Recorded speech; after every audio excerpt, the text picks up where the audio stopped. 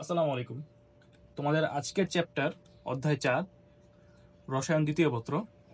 অধ্যায় 4 হচ্ছে আমাদের তড়িৎ রসায়ন। তড়িৎ রসায়ন আগে আমরা চ্যাপ্টারের নামটা একটু ভেঙে বোঝার চেষ্টা করি। দেখো, এখানে আছে তড়িৎ এবং রসায়ন। দ্যাট মিনস আমরা এখন ইলেকট্রিসিটি এবং কেমিস্ট্রির একটি সম্পর্ক পড়ব। আচ্ছা, তো প্রথমে কোশ্চেন আসে যে ভাই, ইলেকট্রিসিটি আর কেমিস্ট্রির কোনো সম্পর্ক আছে আদৌ? অবশ্যই আছে। দেখো, তোমরা তোমাদের ডেইলি ইউসেজে নিশ্চয়ই হচ্ছে ব্যাটারি ইউজ করেছো। ব্যাটারিতে আসলে এমন কি থাকে যার ফলে এইখান থেকে আমরা কারেন্ট পেয়ে থাকি। মানে দেখো, তোমার ব্যাটারিতে দেখা যাচ্ছে কিনা, আশা করি দেখা যাচ্ছে, মাইনাস প্রান্ত থাকে এবং প্লাস প্রান্ত থাকে। আমরা যদি এটিকে ঠিকমতো প্লেস করতে পারি তাহলে এখান থেকে আমরা কন্টিনিউয়াস একটি ইলেকট্রিসিটির ফ্লো পাই। আচ্ছা, তাহলে খেয়াল করে দেখো, তোমার ব্যাটারিতে তোমরা যদি কেউ ব্যাটারি খুলে থাকো তাহলে তোমরা দেখবে যে এইখানে কাইন্ড অফ কিছুর একটা পেস্ট থাকে। তো যার ফলে হচ্ছে গিয়ে আমাদের যেটাই হোক ভিতরে যেই মেকানিজমে থাকুক আমরা আউটপুট হিসেবে এখান থেকে ইলেকট্রিসিটি পাচ্ছি। আচ্ছা, এখন আসি যে আমাদের তড়িৎ রসায়ন বিষয়টা কি। মানে হচ্ছে গিয়ে আমি রসায়নের শক্তিকে ব্যবহার করে তড়িৎ উৎপন্ন করব, অথবা তড়িৎকে পুঁজি করে আমি রসায়নের শক্তি হিসাবে তাকে কাজে লাগাবো। এই যে কনভার্সন, অর্থাৎ রসায়ন থেকে তড়িৎ এবং তড়িৎ থেকে রসায়ন, এই যে বিষয়টা, এই বিষয়টা আমরা এই চ্যাপ্টারে পড়ব। আচ্ছা, তো প্রথমে আমরা আসি তড়িৎ কোষ। তড়িৎ কোষ জিনিসটা কি আমি আগে তোমাদের ক্লাস কন্টেন্ট হিসেবে কি কি আছে এই চ্যাপ্টারে আমি সেটা অ্যাট এ গ্লেন্স তোমাদের দেখিয়ে দেব। এরপরে আস্তে আস্তে আমরা টপিকগুলো পড়তে থাকবো। তার আগে বলে দিই, অধ্যায় 4 থেকে তোমরা বোর্ডে একটি সৃজনশীল কমন পাবে এবং এই সৃজনশীলটি অ্যান্সার করা তুলনামূলক সহজ। এর কারণ হচ্ছে গিয়ে কিছু হাইলাইটেড টপিক থেকেই মূলত আমাদের কোশ্চেনগুলো হয়ে থাকে। খেয়াল করো, তড়িৎ রসায়ন। তো প্রথমে আমাদের তড়িৎ রসায়ন অর্থাৎ তড়িৎ কোষ। তড়িৎ কোষকে আমরা দুই ভাগে ভাগ করতে পারি। আচ্ছা, তার আগে আছে তড়িৎ কোষ জিনিসটা কি। তড়িৎ কোষ জিনিসটা হচ্ছে আমরা আইদার ব্যাটারি ইউজ করেছি, অথবা তোমরা এই ধরনের চামচ তো নিশ্চয়ই দেখেছো। সোনার চামচ না, এটা তামার প্রলেপ দেওয়া একটা চামচ। খেয়াল করো, এই যে ব্যাটারিটা, এই ব্যাটারিটা কি বলা হয় তড়িৎ কোষ। তড়িৎ কোষ জিনিসটা হচ্ছে এমন একটা বস্তু যার কাজ হচ্ছে কেমিক্যাল এনার্জি থেকে ইলেকট্রিসিটি জেনারেট করা, অথবা ইলেকট্রিসিটি থেকে কেমিক্যাল এনার্জি জেনারেট করা। এই যে কেমিক্যাল এনার্জি এবং ইলেকট্রিসিটি, এদের পরস্পর আদান প্রদান অথবা কনভার্সন, এই বিষয়টাই হচ্ছে গিয়ে তড়িৎ কোষের কাজ। আচ্ছা, তাহলে খেয়াল করো, তাহলে তড়িৎ কোষ মূলত কি? মূলত আমরা উদাহরণ হিসেবে বলতে পারি একটা ব্যাটারি। দেখো, ব্যাটারিতে এখানে কি হয়? কেমিক্যাল এনার্জি থেকে ইলেকট্রিসিটি জেনারেট হয়। আদারওয়াইজ অন্য একটা উদাহরণ যেখানে হচ্ছে কি আমাদের ইলেকট্রিসিটি থেকে কেমিক্যাল এনার্জি জেনারেট হয়, সেটা একটা উদাহরণ হচ্ছে এই চামচটা। এটা রূপা সোনার চামচ না, এটা তামার চামচ। উপরে তামার প্রলেপ দেওয়া হয়েছে। তো এখানে খেয়াল করে দেখো, এই যে তামার প্রলেপন দেওয়া হয়েছে, এই প্রলেপনের কাজটাই হচ্ছে গিয়ে আমাদের ইলেকট্রিসিটি ব্যবহার করে কেমিক্যাল এনার্জি জেনারেট করার ফলে আমরা এর উপর দিয়ে কপারের একটা প্রলেপ দিতে পারছি। আচ্ছা, তাহলে এটা হচ্ছে কি সহজভাবে বোঝার জন্য তোমাদের জন্য আমি উদাহরণ দিলাম। এখন দেখো, আমাদের প্রাথমিকভাবে এটা মূলত দুই ভাগে বিভক্ত। একটা হচ্ছে গ্যালভানিক কোষ, আর একটা হচ্ছে গিয়ে তড়িৎ বিশ্লেষক কোষ। আচ্ছা, তো আমি তোমাদের যেটা বললাম যে তড়িৎ কোষের দুইটা কাজ, সে দুইভাবে কনভার্সন করতে পারে, আইদার কেমিক্যাল এনার্জি থেকে ইলেকট্রিসিটি, যেটা হচ্ছে গিয়ে গ্যালভানিক কোষের কাজ। তাহলে খেয়াল করো, গ্যালভানিক কোষ কি করতে পারে? সে কেমিক্যাল এনার্জি থেকে ইলেকট্রিসিটি জেনারেট করতে পারে। এবং অন্যদিকে তড়িৎ বিশ্লেষক কোষ, তড়িৎ বিশ্লেষক কোষ কি করতে পারে? সে ইলেকট্রিসিটি থেকে কেমিক্যাল এনার্জি জেনারেট করতে পারে। আচ্ছা, তো এই বিষয়গুলো আসলে কিভাবে কাজ করে এটা আমরা পরবর্তীতে ইন ডিটেলসে পড়বো। আপাতত আমি তোমাদেরকে গ্যালভানিক কোষ, তড়িৎ কোষ, তড়িৎ বিশ্লেষক কোষ, এই তিনটা বিষয় আসলে কি একটা সামান্য ধারণা দেওয়ার চেষ্টা করলাম। আচ্ছা, এরপরে গ্যালভানিক কোষ। আচ্ছা, তাহলে দেখো, গ্যালভানিক কোষ থেকে আমাদের তিনটা টপিক আছে। মোটামুটি আমাদের এইখানে যে তিনটা টপিক আছে সেগুলো হচ্ছে গিয়ে আমাদের বিক্রিয়ার স্বতঃস্ফূর্ততা নির্ণয়, উপযুক্ত পাত্র এবং নারায়ণের সমীকরণ। এই টপিকগুলো আসলে কি আমরা পরবর্তীতে পড়বো। আপাতত আমি জাস্ট তোমাদেরকে বুঝাই দিই। এখানের মধ্যে হচ্ছে গিয়ে উপযুক্ত পাত্র নির্ণয় এবং নারায়ণের সমীকরণ সবচেয়ে ইম্পর্টেন্ট। তবে বিক্রিয়ার স্বতঃস্ফূর্ততা, এটা আমাদের এই উপযুক্ত পাত্র এবং নারায়ণের সমীকরণ নির্ণয় করার ক্ষেত্রে এর বেসিক কাজে লাগে। আচ্ছা, এরপরে তড়িৎ বিশ্লেষক কোষ। তড়িৎ বিশ্লেষক কোষ থেকে আমরা ফ্যারাডের সূত্র পাবো এবং এর ম্যাথগুলো আমরা করব। ম্যাথগুলো তোমাদের কোশ্চেনের জন্য, তোমাদের সিকিউ কোশ্চেনের জন্য আর কি খুবই ইম্পর্টেন্ট। আচ্ছা, তো মূলত আমাদের এইখানে যে তিনটা টপিক আর এইখানে যে আমাদের ম্যাথমেটিক্সগুলো আছে, এইখান থেকেই আমাদের মূলত গুরুর গ, ঘোড়ার গ অথবা গুরুর গ, ঘোড়ার কোশ্চেন আসে। অর্থাৎ 3 অথবা 4 মার্কের কোশ্চেনগুলো মূলত আমার এখানে যে তিনটা টপিক আর এইখানে যে একটা টপিক, ইন টোটাল এই 4টা টপিক থেকে আমাদের 3 অথবা 4 মার্কের কোশ্চেনগুলো হবে। তো মোস্ট প্রবাবলি আমাদের কোশ্চেনটা গরুর গ অর্থাৎ 3 নম্বরের কোশ্চেনটা দেয় ফ্যারাডে ল এর থেকে এবং 4 নম্বরের কোশ্চেনটা দেয়, অর্থাৎ আমাদের যে ঘোড়ার গ তার কোশ্চেনটা দেয় উপযুক্ত পাত্র নির্ণয় অথবা নানাংশের সমীকরণ। তো আমাদের এই টপিকগুলো থেকেই মূলত কোশ্চেনগুলো রেগুলারলি এসে থাকে। এরপরে আমাদের চ্যাপ্টারে, তোমাদের বই খুললেই তোমার চ্যাপ্টারে একদম প্রথমে এই 3টা টপিক পেয়ে যাবা। সেটা হচ্ছে গিয়ে তড়িৎ বিশ্লেষের পরিবাহিতা সংক্রান্ত। তড়িৎ বিশ্লেষের পরিবাহিতায় আমরা মূলত 3টা জিনিস পাই, একটা হচ্ছে আপেক্ষিক পরিবাহিতা, তুল্য পরিবাহিতা এবং মোলার পরিবাহিতা। এই 3টা তোমাদের শুধুমাত্র এমসিকিউতে আসে। এখান থেকে তোমরা এমসিকিউ পাবা। এই 3টা জিনিস থেকে মূলত আমাদের শুধু সূত্রগুলো জানলেই আমরা এমসিকিউগুলো পারবো। এরপরে আমাদের মূলত এখান থেকে কিছু অনুধাবনমূলক কোশ্চেন আছে, তার মধ্যে মরীচিকা, লেড সঞ্চয়ক কোষ, অর্ধকোষের প্রকারভেদ, হাইড্রোজেন ফুয়েল সেল, ব্যাটারি। তো এগুলো হচ্ছে আমাদের মূলত বেশিরভাগ সময় অনুধাবনের ক্ষেত্রে এসে থাকে। আচ্ছা, তো এই ছিল তোমাদের চ্যাপ্টারের একটা সামারি, চ্যাপ্টারে কি কি আছে অর্থাৎ চ্যাপ্টারের যে কন্টেন্ট সেগুলো। এর পরবর্তীতে আমরা একটা একটা করে টপিকগুলো পড়া শুরু করব। আচ্ছা, প্রথমে আছে তোমাদের গ্যালভানিক কোষ বা ভোল্টাইল কোষ অথবা ড্যানিয়েল কোষ, যেটাই বলো। 3টা নামই আমাদের এই একটা কোষের নামই হচ্ছে কি আমাদের এইখানে 3টা নামই একটা কোষের। দেখো, গ্যালভানিক কোষও বলি আমরা, ভোল্টাইল কোষও বলি, আবার ড্যানিয়েল কোষও বলি। তো এর কাজ কি?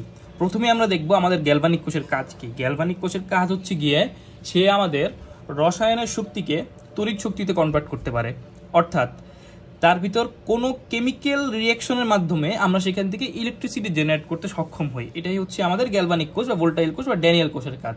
আচ্ছা, তাহলে এটা গেল হচ্ছে আমাদের ড্যানিয়েল কোষের কাজ। এর পরবর্তীতে আমরা দেখব যে সে আসলে এই প্রসেসটা অর্থাৎ কেমিক্যাল এনার্জি থেকে সে কিভাবে ইলেকট্রিসিটি জেনারেট করে, এই প্রসেসটা আমরা খেয়াল করব।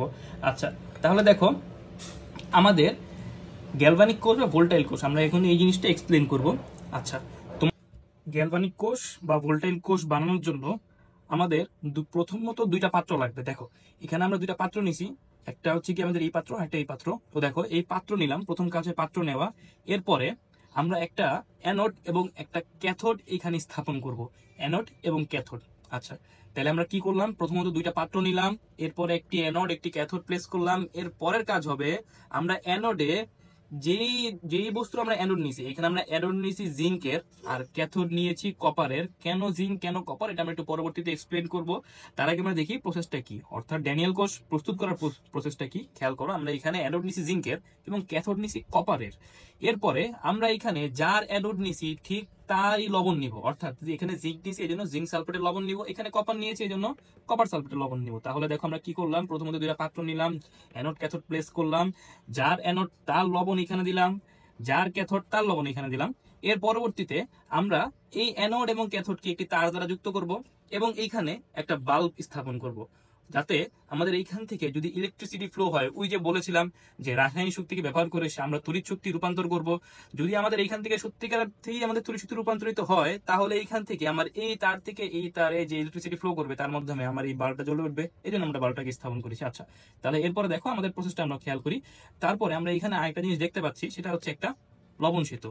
তাহলে এই বিষয়টা আমাদের পরবর্তীতে আসবে, আগে আমরা জেনারেল প্রসেসটা বুঝি, লবণ সেতুর বিষয়টা আমরা পরে বুঝবো। তাহলে দেখো, এইখানে আমরা কি করলাম, অ্যানোড নিয়েছি জিঙ্কের, ক্যাথোড নিয়েছি হচ্ছে কি কপারের। তাহলে মনে রাখবা, অ্যানোডে জারণ হয় এবং ক্যাথোডে বিজারণ হয়। জারণ মানে কি? ইলেকট্রনের ছাড়ন। তাহলে আমরা এখানে অ্যানোডে যেহেতু জিঙ্ক নিয়েছি, তাহলে এইখানে অসংখ্য জিঙ্কের পরমাণু আছে, যেহেতু এটা জিঙ্কের দণ্ড, তাই এখানে অসংখ্য জিঙ্কের পরমাণু আছে এবং এইখানে অসংখ্য কপারের পরমাণু আছে। তাহলে খেয়াল করো তো, আমাদের জিঙ্ক প্রথমত অ্যানোডে সে কি করবে, জিঙ্ক 2টা ইলেকট্রন ত্যাগ করবে, ত্যাগ করে সে জিঙ্ক 2+ আয়ন গঠন করবে। যদি এইখান থেকে একটা জিঙ্ক নিয়ে তুমি চিন্তা করে দেখো, সে কি করলো, 2টা ইলেকট্রন ত্যাগ করলো, ত্যাগ করার ফলে সে জিঙ্ক 2+ এ পরিণত হলো। তাহলে এই জিঙ্কটা প্রাথমিকভাবে জিঙ্ক পরমাণু আসিল, এর পরবর্তী সে ইলেকট্রন ত্যাগ করে টুক করে নিচে পড়ে যাবে, অর্থাৎ জিঙ্ক 2+ আয়ন হিসাবে। তাহলে দেখো তো এইখানে আস্তে আস্তে কি জিঙ্ক 2+ জমা হতে থাকবে। আরেকটা বিষয় খেয়াল করে দেখো, এইখান থেকে যদি আমাদের জিঙ্ক পরমাণুগুলো কন্টিনিউয়াসলি জিঙ্ক 2+ এ পরিণত হয়, তাহলে এইখান থেকে আমাদের এই বিষয়টা ক্ষয় হতে শুরু করবে। তাহলে আলটিমেটলি আমার এইখান থেকে যে বস্তুগুলো পড়তে থাকবে জিঙ্ক পড়তে থাকবে এবং এখান থেকে আমাদের জিঙ্কের ক্ষয় হওয়া শুরু করবে। তাহলে আমাদের অ্যানোডে কি হচ্ছে, প্রথমত অ্যানোডের জারণ হচ্ছে, দ্বিতীয়ত অ্যানোডের ক্ষয় হচ্ছে। আচ্ছা, তাহলে এই বিষয়টা গেল। এর পরবর্তীতে খেয়াল করো, আমরা এইখান থেকে যে দুইটা ইলেকট্রন ত্যাগ করেছিলাম, অর্থাৎ জিঙ্ক যে দুইটা ইলেকট্রন ত্যাগ করেছিল, এই দুইটা ইলেকট্রন এই তারের মাধ্যমে এখান থেকে এইখানে চলে আসবে, অর্থাৎ এই তারের মাধ্যমে ইলেকট্রনের ফ্লো ঘটা শুরু করবে। আচ্ছা, তাহলে দেখো যদি ইলেকট্রনগুলো আমার এখানে আসে, তাহলে আসতে শুরু করে, তাহলে এখানে তো অসংখ্য জিঙ্ক পরমাণু আছে, সেখান থেকে আমরা অসংখ্য ইলেকট্রন পাবো। ফলে আমাদের এই যে আমাদের ক্যাথোড, এটা পুরোটা মাইনাসে পরিণত হয়ে যাবে। তাহলে দেখো আমাদের ক্যাথোডটা কি হলো, মাইনাসে পরিণত হলো। আচ্ছা, ওভারঅল খেয়াল করে দেখো, আমাদের অ্যানোডে যে ক্ষয় হচ্ছে সেই ইলেকট্রনটা এসে আমাদের ক্যাথোডে জমা হচ্ছে। তাহলে ক্যাথোড যে ইলেকট্রন অর্থাৎ মাইনাস হয়ে গেল, তাহলে দেখো তো আমাদের ক্যাথোডের আমরা যে লবণটা নিয়েছিলাম সেই লবণটা কিসের, কপার সালফেটের লবণ। তাহলে এইখানে কি প্লাস আয়ন আছে না? তাহলে প্লাস আয়ন যদি মাইনাস দেখে, তাহলে সে অবশ্যই আকৃষ্ট হবে। আকৃষ্ট হয়ে সে তার কাছে যাবে আর বলবে যে ভাই দেখো আমার তো প্লাস, তুমি যদি আমাকে ইলেকট্রন দাও তাহলে আমার যে সেই আগের রূপ, অর্থাৎ আমি যে কপার আছিলাম, আমি সেই কপারে আবার পরিণত হতে পারবো। তাহলে তুমি কি আমাকে ইলেকট্রন দিবা? ইলেকট্রন বলবে হ্যাঁ ভাই, কোনো অসুবিধা নেই, আমার কাছে তো অসংখ্য ইলেকট্রন আছে যেগুলো আমি জিঙ্কের মাধ্যমে পাইছি, কোনো সমস্যা নাই, তুমি কি করো ইলেকট্রন নাও। তাহলে সে কি করবে, এখান থেকে সে কন্টিনিউয়াসলি ইলেকট্রন নেওয়া শুরু করবে। এর ফলে দেখো তো এইখানে কি আস্তে আস্তে একটা কপার পরমাণু অ্যাড হলো, এখানে আরেকটা কপার পরমাণু অ্যাড হলো। তাহলে আমরা একটা কপার পরমাণু দিয়ে আগে চিন্তা করে দেখি বিষয়টা। তাহলে খেয়াল করো, কপার 2+, সে কি করলো, এর কাছে গেল, কাছে যাওয়ার ফলে সে ইলেকট্রন গ্রহণ করলো, গ্রহণ করে সে কি হলো, কপার আয়নে পরিণত হলো। সরি, কপার আয়ন না, সে কপার সলিড পরমাণুতে পরিণত হলো। এখানে এটা ছিল কপার আয়ন, এখানে এটা হচ্ছে আমাদের সলিড কপার। আচ্ছা, তাহলে দেখো দুই কপার 2+, যেহেতু তাই তো দুইটা ইলেকট্রন দরকার, কপার 2+, দুইটা ইলেকট্রন গ্রহণ করে কপারে পরিণত হয়েছে। এখানে বোঝার মতো একটা বিষয়, আমার এখানে জিঙ্ক যেটা ছিল, খেয়াল করে দেখো, এটা কিন্তু সলিড জিঙ্ক ছিল। আর জিঙ্ক 2+, অর্থাৎ যখনই কোনো বস্তু আয়নিত হয় তখনই তার দ্রবণ প্রস্তুত হয়। অর্থাৎ দেখো জিঙ্ক 2+টা কিন্তু দ্রবণে আসছিল, অর্থাৎ লবণ আসছিল। আর যখন হচ্ছে আমাদের কপার 2+ ছিল, তখনও সে খেয়াল করে দেখো প্লাস আয়ন, অর্থাৎ আয়নিত আসিল, তার মানে সে দ্রবণে আসিল। আর যখন সে সলিড হয়ে গেছে তখন কিন্তু সে অ্যানোড অথবা ক্যাথোডে চলে গেছে। মানে আলটিমেটলি আমি যেটা বোঝাতে চেষ্টা করছি সেটা হচ্ছে কি, আমাদের যেগুলো কোনো আয়ন ছাড়া সেগুলো হচ্ছে কি সলিড স্টেটে থাকে, অর্থাৎ এই বস্তুগুলো সলিড, এবং এই বস্তুগুলা অ্যাকুয়াস অবস্থায় অর্থাৎ ভাঙন অবস্থায় থাকে। আচ্ছা, তাহলে দেখো তাহলে ওভারঅল বিষয়টা কি ঘটলো, আমাদের অ্যানোড থেকে জিঙ্ক দুইটা ইলেকট্রন ত্যাগ করলো, সেই দুইটা ইলেকট্রন আমার এই তারের মাধ্যমে এখান দিয়ে আমার ক্যাথোডে আসলো। তাহলে এই দুইটা ইলেকট্রন যখন ক্যাথোডে আসলো, ক্যাথোড পুরোটা মাইনাস হয়ে গেল। কপারের কাছে গেল, গিয়ে বললাম ভাই আমার ইলেকট্রন দে। ও বললো ভাই কোনো সমস্যা নেই, ইলেকট্রন নাও। তাহলে সে কি করলো, কপার 2+, দুইটা ইলেকট্রন গ্রহণ করে আবার কপারে পরিণত। তাহলে খেয়াল করো তো, আমার এখান থেকে তো ক্ষয় হচ্ছিল, তাহলে এখানে কি হবে, আমার এই কপার পরমাণুগুলো আস্তে আস্তে আস্তে আস্তে এই যে অ্যাটাচ হওয়া শুরু করবে। যদি অ্যাটাচ হয় তাহলে কি এখানে আস্তে আস্তে প্রলেপ করতে শুরু করবে না? তাহলে দেখো তো আলটিমেটলি এখানে প্রলেপ করা শুরু করলো। এখানে একটু ভুল হয়েছে, এতটুকু হবে না, যতটুকু দ্রবণে ডুবাস ততটুকুই হবে। তাহলে দেখো যতটুকু আমার দ্রবণে ডুবা আছিল, ঠিক ততটুকুই কি হচ্ছে, আমার কপারের প্রলেপ করা শুরু হয়েছে। তাহলে দেখো তো ভাই, খুবই একটা বিষয়, সেটা হচ্ছে কি আমাদের দেখার মতো বিষয়, সেটা হচ্ছে কি এখানে যেখানে আমার অ্যানোডের ক্ষয় হচ্ছিল, আমার ক্যাথোডে কি হচ্ছে, ক্যাথোডে আমার পরমাণুগুলো জমা হওয়া শুরু করছে। তার মানে অ্যানোডের ক্ষয় এবং ক্যাথোডের আমাদের প্রলেপ পড়া শুরু করছে, অর্থাৎ এখানে প্রলেপন পড়া শুরু হচ্ছে। আচ্ছা, তাহলে দেখো আমার আলটিমেটলি বিষয়টা কি হলো, জিঙ্ক দুইটা ইলেকট্রন ত্যাগ করলো, জিঙ্ক 2+-এ পরিণত হলো, কপার সেই দুইটা ইলেকট্রন গ্রহণ করে কপার পরমাণুতে পরিণত। তাহলে এখানে বিষয়টা আলটিমেটলি কি ঘটলো, আমরা যে একবারে প্রথমে বলেছিলাম যে আমরা এইখান থেকে রসায়ন শক্তি ব্যবহার করে ইলেকট্রিসিটি জেনারেট করবো, এই বিষয়টা আমরা একটু খেয়াল করি। দেখো এখানে প্রাথমিকভাবে কি হলো, জিঙ্ক ইলেকট্রন ত্যাগ করলো, আলটিমেটলি কোনো একটা কেমিস্ট্রি ঘটলো। যে কেমিস্ট্রি করার পরে আমরা ইলেকট্রন পাইলাম, যে ইলেকট্রনগুলো এই তারের মাধ্যমে এই তারে কন্টিনিউসলি যাওয়া শুরু করলো। আর এখানে তো আসলে আমার একটা জিঙ্ক পরমাণু নাই, অসংখ্য জিঙ্ক পরমাণু আছে। যেহেতু এখানে আমার অসংখ্য জিঙ্ক পরমাণু আছে, তাই ওরা অসংখ্য ইলেকট্রন এখানে পাস করা শুরু করবে। এর ফলে কি হবে, আমার এই ইলেকট্রনগুলো আস্তে আস্তে এই তার থেকে এই তারে যাওয়া শুরু করবে, যার ফলে আমার এইখানে যে বাধাটা ছিল, সেই বাধা অর্থাৎ বাল্ব, আমার যে রোডটা ছিল, রোডটা অর্থাৎ বাল্ব, সে কি করবে, ইলেকট্রিসিটি অর্থাৎ ইলেকট্রন পাওয়ার ফলে সে জ্বলে উঠবে। কথা বুঝতে পারছি? তাহলে দেখো এখানে আমাদের কি করতেছে, আমাদের ইলেকট্রনের ফ্লো করতেছে। আমরা জানি ইলেকট্রনের ফ্লো মানে কারেন্টের ফ্লো, ফলে ইলেকট্রনের ফ্লো এর ফলে আমার বাল্বটা জ্বলে উঠছে। আচ্ছা, তাহলে দেখো আলটিমেটলি আমি যে কি পাইলাম, এই জায়গা থেকে আমি এটাই পাইলাম যে আমার এইখানে রসায়নের শক্তিকে ব্যবহার করে আমরা ইলেকট্রিসিটি জেনারেট করছি, যার ফলে আমরা একটা বাল্বকে জ্বালাতে সক্ষম হয়েছি। আচ্ছা, তো এটাই ছিল আমাদের গ্যালভানিক কোষ। এর পরবর্তীতে আমরা আসি যে টপিকটা আমি বাদ রেখেছিলাম, সেটা হচ্ছে গিয়ে এই বিষয়টা, অর্থাৎ লবণ সেতু। লবণ সেতু বিষয়টা কি, আমরা সেটা একটু বুঝে নিই। দেখো এইখানে খেয়াল করে দেখো, আমার যেহেতু অ্যানোডের ক্ষয় হচ্ছে কন্টিনিউয়াসলি, এর ফলে এইখানে প্লাস আয়ন বাড়ছে। আচ্ছা, তার মানে এইখানে কন্টিনিউয়াসলি আমাদের একটা দুইটা তিনটা চারটা পাঁচটা করে হচ্ছে অসংখ্য জিঙ্ক 2+ আয়ন এখানে থাকবে। এর ফলে খেয়াল করো এখানে যতগুলো মাইনাস আছিল প্রাথমিকভাবে ঠিক ততগুলাই প্লাস আছিল, কিন্তু পরবর্তীতে কি হইলো, মাইনাসের তুলনায় প্লাস গুলা আস্তে আস্তে বাড়া শুরু করছে। যখন বাড়া শুরু করছে একটা ফেজে গিয়ে কি এরকম হয়ে যাবে না যে এইখানে প্লাস আয়ন বাড়তে বাড়তে এতটাই বেড়ে গেছে যে এইখান থেকে আর জিঙ্ক 2+ সে আসলে নিচে পড়ার মতো জায়গায় পাচ্ছে না, কারণ এত এত প্লাস তারা বিকর্ষণ দিয়ে এই বিষয়টাকে উপরে ঠেলে দিচ্ছে।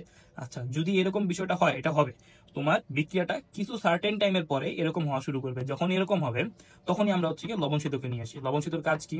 তাহলে লবণ সেতুর কাজ হচ্ছে গিয়ে এইখানে আমার যে প্লাস আয়নটা উৎপন্ন হলো, অপর দিকে খেয়াল করে দেখো আমাদের ক্যাথোডের পাত্র আছিল, এই পাত্রে কপার 2+ এখানে জমা হচ্ছে, এর ফলে কি কপার 2+ কমে যাচ্ছে।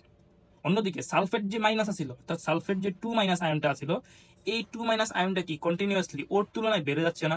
যদি বেড়ে যায় তার মানে কি এখানে মাইনাসের আধিক্য, আবার এই পাত্রে কিসের আধিক্য? প্লাসের আধিক্য। তাহলে এখানে প্লাসের আধিক্য, এখানে মাইনাসের আধিক্য, এটা একটা প্রবলেম না? এই প্রবলেমটা দূর করতে হবে। এই প্রবলেমটা দূর করার জন্য আমাদের মূলত লবণ সেতুটা ব্যবহার করতে হয়। তাহলে লবণ সেতুর কাজ কি? লবণ সেতুর কাজ হচ্ছে গিয়ে এই পাত্রে প্লাস আয়ন যেহেতু বাইরে গেছে, এই জন্য আমরা মাইনাস আয়নকে আমরা এই পাত্রের দিকে দিয়ে দিব, অর্থাৎ ক্লোরিন মাইনাস দিবে এদিকে, এবং পটাশিয়াম আয়নকে আমরা এদিকে পাঠাবো। দেখো আমরা লবণ সেতুর ভিতর কি নিয়েছি, লবণ সেতুর ভিতর আমরা লবণ নিয়েছি, যে লবণটা হচ্ছে গিয়ে পটাশিয়াম ক্লোরাইড। তাহলে এখানে দেখো মাইনাস আয়নটা ওই দিকেই যাবে যেখানে মাইনাস আয়নের দরকার, প্লাস আয়নটা ওই দিকেই যাবে যেখানে প্লাস আয়নের দরকার। তাহলে আলটিমেটলি কি হলো, মাইনাস আয়ন আমার হচ্ছে গিয়ে অ্যানোডের পাত্রে গেল, প্লাস আয়ন ক্যাথোডের পাত্রে গেল, ফলে জিনিসটা লেভেল হয়ে গেল। লেভেল হয়ে যাওয়ার ফলে বিক্রিয়াটা আরো কিছুক্ষণ চলবে, বাট এখানে বোঝার মতো বিষয় হচ্ছে গিয়া এই বিক্রিয়াটা কিন্তু ইনফিনিটি টাইম পর্যন্ত চলতে পারবে না। এর কারণ কি? কারণ হচ্ছে কি এক না এক সময় ঠিকই এই লবণ সেতুও ফুরায় যাবে। যেভাবে আমাদের এইখানে প্লাস আয়ন আধিক্য বেড়ে গেছিল, লবণ সেতুও তো এক সময় ফুরায় যাবে।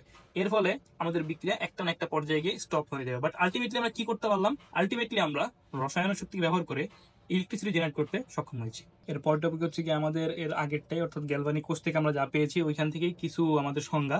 প্রথমত হচ্ছে কি দ্রবণ চাপ, এরপরে অবিশ্রবণিক চাপ, এই বিষয়গুলোকে আমরা একটু খেয়াল করে দেখি। একটু খেয়াল করে দেখো আমাদের আগে যেটা আসছিল, অর্থাৎ এখানে অ্যানোডের ভিতর আমার কন্টিনিউয়াসলি প্লাস আয়ন নিচে পড়ছিল। তাহলে প্লাস আয়ন নিচে পড়ার ফলে একটু খেয়াল করে দেখো তো এইখানে প্লাস আয়ন নিচের দিকে একটা চাপ সৃষ্টি করছে, আর এইখানে দেখো কপার 2+ কন্টিনিউয়াসলি উপরের দিকে উঠছিল। এর ফলে প্লাস আয়ন নিচের দিকে প্রেসার দিচ্ছে, আর এইখানে প্লাস আয়নগুলো উপরের দিকে চলে যাচ্ছে। তাহলে এইখানে দেখো একটা প্রেসার তৈরি হচ্ছে। এই প্রেসারটাকে বলা হয়, একটাকে বলা হয় দ্রবণ চাপ, আর একটাকে বলা হয় অবিশ্রবণিক চাপ। তাহলে দ্রবণ চাপ বিষয়টা কি? দ্রবণ চাপ বিষয়টা হচ্ছে কোনো একটি ধাতব পাতকে কোনো দ্রবণে স্থাপন করা হলে ধাতব পাত কর্তৃক দ্রবণের দিকে যে চাপ সৃষ্টি হয়, অর্থাৎ আমার এইখানে এই যে ধাতু সে দ্রবণের দিকে যে চাপ সৃষ্টি করতেছে, এটাকে বলা হয় দ্রবণ চাপ। এর পরবর্তীতে আরেকটা আছে অবিশ্রবণিক চাপ। এই বিষয়টা কি খেয়াল করে দেখো, আমার এইখানে অর্থাৎ ক্যাথোডের পাত্রে কি হচ্ছিল, ক্যাথোডের পাত্রে কপার 2+ উপরের দিকে উঠছিল। তাই কপার 2+ যদি উপরের দিকে উঠতে থাকে তাহলে খেয়াল করে দেখো তো এখানে ধাতব পাত স্থাপন করার ফলে দ্রবণ, তার দ্রবণ স্থাপন করা হলে দ্রবণ কর্তৃক ধাতব পাতের দিকে যে চাপ সৃষ্টি হয় তাকে বলা হয় অবিশ্রবণিক চাপ। অর্থাৎ প্লাস আয়নগুলো উপরের দিকে যে চাপটা দেয় এটাকে বলা হয় অবিশ্রবণিক চাপ। তাহলে এই দুইটা বিষয় আমাদের খেয়াল করতে হবে, যে একটা হচ্ছে গিয়া এই অ্যানোডে উপর থেকে নিচের দিকে যে চাপ সেটাকে বলি আমরা দ্রবণ চাপ, এবং ক্যাথোডে নিচ থেকে উপরের দিকে চাপ, অর্থাৎ দ্রবণ থেকে উপরের দিকে যে চাপ, অর্থাৎ এই মেটালকে আমরা যে প্রেসার দিচ্ছি উপরের দিকে, এটাকে বলা হয় অবিশ্রবণিক চাপ। আচ্ছা, তাহলে বোঝার মতো বিষয় হচ্ছে অ্যানোডের পাত্রে অবশ্যই দ্রবণ চাপ অবিশ্রবণিক চাপ থেকে বেশি হতে হবে, এবং ক্যাথোডে কি হতে হবে? অবিশ্রবণিক চাপ দ্রবণ চাপ থেকে বেশি হতে হবে, নয়তো আমাদের বিক্রিয়া স্টপ হয়ে যাবে। এই বিষয়টা বোঝা খুবই ইজি। দেখো যদি এখান থেকে উপরের থেকে নিচের দিকে চাপ, নিচের থেকে উপরের দিকে চাপের তুলনায় বেশি হয়ে যায়, তাহলে কি হবে? বিক্রিয়া চলবে। অর্থাৎ আমার এইখানে অবশ্যই উপরের প্রেসারটা বেশি হইতে হবে, আর এইখানে নিচের প্রেসারটা বেশি হইতে হবে। এই বিষয়টা বোঝা খুবই খুবই ইজি। খেয়াল করে দেখো উপরের থেকে যদি চাপ বেশি না হয়, অর্থাৎ দ্রবণ থেকে যদি প্রেসার আমাদের এই যে প্লাস আয়ন বাড়তে বাড়তে এমন একটা অবস্থা হয়ে গেল যে নিচের থেকে প্রেসার উপরের দিকে বেশি হয়ে গেল, তখন কি হবে? প্লাস আয়ন নিচের দিকে পড়বেই না, ফলে বিক্রিয়া স্টপ হয়ে যাবে। ঠিক সেম ভাবে এখানে যদি উপর থেকে প্রেসার নিচের দিকে বেশি হয় তাহলে কপার 2+ গুলো উপরের দিকে উঠবে না, এর ফলে বিক্রিয়াটাও স্টপ হয়ে যাবে। তাহলে এইখানে অবশ্যই অ্যানোডে দ্রবণ চাপ ইজ গ্রেটার দেন অবিশ্রবণিক চাপ, এবং ক্যাথোডে অবিশ্রবণিক চাপ ইজ গ্রেটার দেন দ্রবণ চাপ। যদি এই বিষয়টা না হয় তখন আমার বিক্রিয়াটা বন্ধ হয়ে যাবে। এর পরবর্তীতে আমরা আরো দুইটা জিনিস বুঝি, একটা হচ্ছে জারণ বিভব, একটা হচ্ছে বিজারণ বিভব। জারণ বিভবটা কি? অ্যানোডের পাত্রে আমার এখানে অ্যানোডের যে পাত্রটা আছিল, এই অ্যানোডের পাত্রে খেয়াল করে দেখো এইখানে যে দ্রবণ চাপ এবং অবিশ্রবণিক চাপ, এই দুইটা চাপের যে বিয়োগফল এটাকে বলা হয় অ্যানোডের বিভব। এবং ক্যাথোড বিভবটা কি? ক্যাথোড বিভব ঠিক সেম, উপরের থেকে চাপ এবং নিচের থেকে চাপ, অর্থাৎ দ্রবণ চাপ এবং অভিস্রবণিক চাপ, এই দুইটার যে পার্থক্য, এটা কি বলা হয়? ক্যাথোডের বিভব। তাহলে দেখো আমার অ্যানোডের বিভব কি? এই যে এই উপরের চাপ নিচের চাপ, এটার পার্থক্য। ক্যাথোডের বিভব কি? ক্যাথোডের বিভব সেম, উপরের চাপ এবং নিচের চাপ, এটার পার্থক্য। তাহলে দেখো এটাকে আমরা বলতেছি কি, যে জারণ বিভব, এবং আরেকটাকে বলতেছি বিজারণ বিভব। জারণ বিভবকে ই অ্যানোড দিয়ে প্রকাশ করা হয় এবং বিজারণ বিভবকে ই ক্যাথোড দিয়ে প্রকাশ করা হয়। আচ্ছা, তাহলে আমি তোমাদেরকে এতক্ষণ পর্যন্ত যত কিছু বুঝাইলাম, এই সব কিছু বোঝানোর একটা উদ্দেশ্য হচ্ছে গিয়ে এই সূত্রটা খুব ভালো করে বুঝো। দেখো এখানে আমাদের পাত্র 1 আর পাত্র 2, এই টোটাল জিনিসটা মিলাইতে আমাদের একটা কোষ। যদি এখানে টোটাল জিনিসটা মিলে একটা কোষ হয়, আর এটা আমাদের অ্যানোড হয়, আর এই বিষয়টা যদি আমাদের ক্যাথোড হয়, তাহলে এই অ্যানোডের যে বিভব আর ক্যাথোডের যে বিভব, দুটো যদি আমরা যোগ করি, তাহলে কি আমরা মোট বিভবটা পাবো। সেটাকে আমরা বলতেছি কোষ বিভব, অর্থাৎ ই সেল। তাহলে ই সেল মানে কি? ই সেল মানে হচ্ছে গিয়ে আমার এই টোটাল কোষের যে বিভব সেটা। তাহলে সেটা আমরা কিভাবে পাবো? আমরা অ্যানোড আর ক্যাথোড এই দুইটাকে যদি যোগ করে দিই, তাহলে আমরা পুরা কোষের বিভবটা পাবো। এই সূত্রটা আমার পরবর্তীতে কাজে লাগবে অনেক বেশি, এই জন্য এই সূত্রটা খুব ভালো করে মনে রাখো। আচ্ছা, পড়বো। এর পরবর্তীতে আমরা কিছু বেসিক জিনিস পড়বো। বেসিক জিনিসগুলো আসলে কি কি খেয়াল করে দেখো। এখানে আমরা কোষ সংকেত, কোষ ডায়াগ্রাম নামে দুইটা জিনিস লিখে রাখছি। এই দুটো জিনিস আমরা একটু পড়বো। কোষ সংকেত কি আর কোষ ডায়াগ্রাম জিনিসটা কি। দেখো কোষ সংকেত জিনিসটা কি? কোষ সংকেত জিনিসটা হচ্ছে গিয়া আমরা অ্যানোডের রিঅ্যাকশন এবং ক্যাথোডের রিঅ্যাকশন যাতে খুব সহজভাবে বুঝতে পারি, সেজন্য মূলত আমরা কোষ সংকেতটাকে ব্যবহার করি। তাহলে কোষ সংকেত কি কারণে ব্যবহার করা হয়? যাতে আমরা অ্যানোড এবং ক্যাথোডের রিঅ্যাকশনটাকে খুব সহজে ইউটিলাইজ করতে পারি, অর্থাৎ বুঝতে পারি। এখানে খেয়াল করে দেখো তো, আমরা যখন এই গ্যালভানিক কোষ পড়েছিলাম, তখন আমরা খেয়াল করে দেখি এখানে অ্যানোডের বিক্রিয়া হতো এবং ক্যাথোডের বিক্রিয়া হতো। তাহলে অ্যানোডের বিক্রিয়া, ক্যাথোডের বিক্রিয়া, অ্যানোডের বিক্রিয়া খেয়াল করে দেখি জিঙ্ক 2+ পরিণত হচ্ছে, ক্যাথোডের বিক্রিয়া কপার 2+ কপারে পরিণত হচ্ছে। এই বিষয়টাকে আমি যদি সংক্ষেপে লিখি, তাহলে বিষয়টা আমরা এভাবে লিখতে পারবো। সেটা হচ্ছে অ্যানোডে কি হচ্ছে আমাদের zinc divide by zinc 2+, divided by দিয়ে আমি বোঝাচ্ছি পরবর্তী অবস্থা, অর্থাৎ এইখানে আদি অবস্থা, এখানে শেষ অবস্থা। ক্যাথোডে ঠিক সেম ভাবে দেখো তো কি হবে, তাহলে কপার 2+ থেকে কপারে পরিণত হচ্ছে। That means copper 2+ divide by copper. তো এটাই হচ্ছে আমাদের কোষ সংকেত। তাহলে কোষ সংকেত কি? কোষ সংকেত দিয়ে আমরা বুঝতে পারি খুব সহজে যে আমার তার আদি অবস্থা কি এবং তার শেষ অবস্থা কি, অর্থাৎ অ্যানোডে কি বিক্রিয়া হয়েছে এবং ক্যাথোডে কি বিক্রিয়া হয়েছে। এটাকে আমরা অবলিক দ্বারা প্রকাশ করি, অর্থাৎ স্ল্যাশ চিহ্ন দিলাম। আচ্ছা, তাহলে দেখো এটা গেল আমাদের কোষ সংকেত। এরপরে আসে আমরা কোষ ডায়াগ্রাম। কোষ ডায়াগ্রামটাও ঠিক সেম ভাবে আমাদের ব্যবহার করা হয়, যাতে আমরা খুব সহজে পুরো বিক্রিয়াটা আমরা বুঝতে পারি। খেয়াল করো, আমাদের এইখানে জিনিসটা কি হয়েছিল, জিঙ্ক 2+ পরিণত হলো, কপার 2+ কপারে পরিণত হলো, মাঝখানে একটা লবণ সেতু তাদের মাঝখানে ছিল। তো এই পুরো বিষয়টাকেই আমরা একটা কোষ ডায়াগ্রামের মাধ্যমে প্রকাশ করি, যার ফলে আমরা পুরো কোষের যে বিক্রিয়াটা হয়েছে সেই বিক্রিয়াটা যেন আমরা খুব সহজে বুঝতে পারি।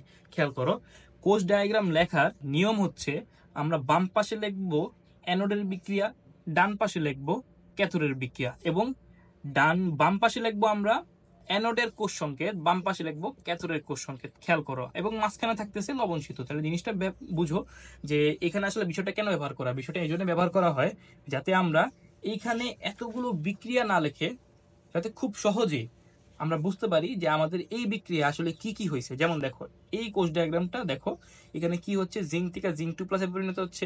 তার মানে কি অ্যানোডে আমাদের জিঙ্ক আছে। এরপরে বুঝো এইখান থেকে আবার কি লেখা আছে, যে কপার 2+ থেকে কপারে পরিণত হচ্ছে। তার মানে আমি কি বুঝলাম, যে আমার এইখানে আসলে ওই যে কপারের প্রলেপ পড়তেছে। তাহলে আলটিমেটলি আমি জাস্ট একটা সিঙ্গেল লাইনের মাধ্যমে পুরো বিষয়টাকে যাতে ইউটিলাইজ করতে পারি, অর্থাৎ এখানে কি কি হচ্ছে এটা বোঝার জন্য আমাদের কোষ ডায়াগ্রামটা আঁকা হয়। তাহলে প্রথমে আমরা কি করব, অ্যানোড এর আমাদের কোষ সংকেত, এবং পরবর্তীতে আমাদের ডান পাশে থাকবে ক্যাথোডের কোষ সংকেত। মাঝখানে আমাদের এই ডাবল চিহ্ন দ্বারা এটাকে প্রকাশ করা হয়, লবণ সেতু দ্বারা লবণ সেতু প্রকাশ করা হয়। এটাকে আমরা একটা চিহ্ন দিয়েও প্রকাশ করতে পারি। দেখে যদি তোমাদের কোশ্চেনে একটা চিহ্ন থাকে, খুব কনফিউজড হওয়ার কোনো কারণ নাই। আচ্ছা, তো এটা গেল হচ্ছে আমাদের সেল ডায়াগ্রাম। এর পরবর্তীতে এটা আসলে আমাদের কিছু বেসিক জিনিস। এর পরবর্তীতে আমরা দেখবো যে এই সেল ডায়াগ্রাম ব্যবহার করে আমরা কিভাবে ম্যাথমেটিক্স করব। আমাদের এখনকার টপিক হচ্ছে টাইপ 1। টাইপ 1 হচ্ছে বিক্রিয়া স্বতঃস্ফূর্ত নির্ণয়। মূলত আমাদের একটা বিক্রিয়া সেটা কি আসলে স্বতঃস্ফূর্তভাবে হবে নাকি হবে না, এই বিষয়টা আমরা এখন নির্ণয় করব। তার আগে আমরা এর পিছনে যে বেসিক সেটা একটু বুঝে আসি। খেয়াল করে দেখো, আমরা যখন গ্যালভানিক কোষ পড়েছিলাম তখন আমরা দেখেছিলাম যে আমরা দুইটা দণ্ড নিয়েছিলাম, একটা জিঙ্কের একটা কপারের। এখন কথা হচ্ছে আমি জিঙ্কে অ্যানোড স্থাপন করেছিলাম, ক্যাথোডে আমি কপার স্থাপন করেছিলাম। এটার কারণ কি? এটার কারণটা আমরা এখন একটু বুঝে নেই, যেটা আমি বাকি রেখেছিলাম এই জিনিসটা আমি একটু বুঝে নেই। দেখো, যদি আমাকে দুইটা মেটাল দিয়ে দেয়, অর্থাৎ একটা দিল জিঙ্কের আর একটা দিল হচ্ছে কপারের, তাহলে দেখো এই যে জিঙ্কের মেটালটা এবং এই যে কপারের মেটালটা আমি কিভাবে বুঝবো যে কার আমি কোথায় স্থাপন করব? আচ্ছা, এই বিষয়টা বোঝার জন্য আগে আমাকে সক্রিয়তা সিরিজ বুঝতে হবে। তোমরা যদি তোমাদের বইতে দেখো তাহলে সেখানে দেখবা সক্রিয়তা সিরিজ নামে একটা সিরিজ দেওয়া আছে, যেই সিরিজের মধ্যে আমাদের কোন মেটালটার সক্রিয়তা কত বেশি সেই জিনিসটা প্রকাশ করে। সেইখান থেকে তোমরা যদি দেখো তাহলে দেখবে যে জিঙ্ক এবং কপার এই দুজনের মাঝখানে জিঙ্কের সক্রিয়তা বেশি। তোমরা যদি সেই সিরিজটা পড়ে নাও থাকো, বই থেকে দেখে নিবা। আর আপাতত সংক্ষিপ্তভাবে বুঝে নাও যে জিঙ্ক এবং কপার এই দুজনের মধ্যে ধাতব ধর্ম মানে ধাতুর ধর্ম হিসাবে জিঙ্কের ধর্ম অর্থাৎ জিঙ্কের সক্রিয়তা বেশি। যেহেতু জিঙ্কের সক্রিয়তা বেশি এই জন্য জিঙ্ককে আমরা অ্যানোডে স্থাপন করছি। যেহেতু আমার কপারের সক্রিয়তা কম এই জন্য কপারকে আমি ক্যাথোডে স্থাপন করেছি। আচ্ছা, তাহলে দেখো আমি তো এই বিষয়টা বুঝলাম যে জিঙ্কের সক্রিয়তা বেশি এই জন্য আমি জিঙ্ককে অ্যানোডে স্থাপন করি, কপারের সক্রিয়তা কম এই জন্য আমি কপারকে ক্যাথোডে স্থাপন করি।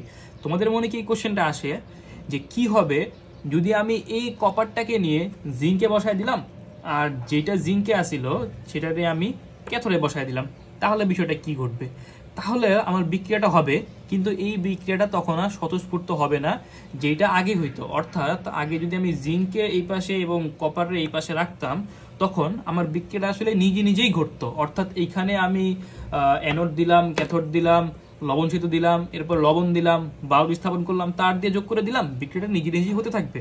কিন্তু যদি আমি উল্টাটা ঘটাই অর্থাৎ এইখানে ওরে এবং এইখানে ওরে দিয়ে দিই তাহলে তখন আর বিক্রিয়া স্বতঃস্ফূর্ত হবে না। অর্থাৎ তখন আমাকে বাহির থেকে বিক্রিয়াটা হওয়ার জন্য প্রেশার দিতে হবে। তো এই বিষয়টাই হচ্ছে আমাদের টাইপ 1 এর ম্যাথ, যেখানে আমরা নির্ণয় করব যে আসলে একটা বিক্রিয়া সে কি আসলে স্বতঃস্ফূর্ত হবে নাকি স্বতঃস্ফূর্ত হবে না। তো এই বিষয়টা আমরা এখন দেখব।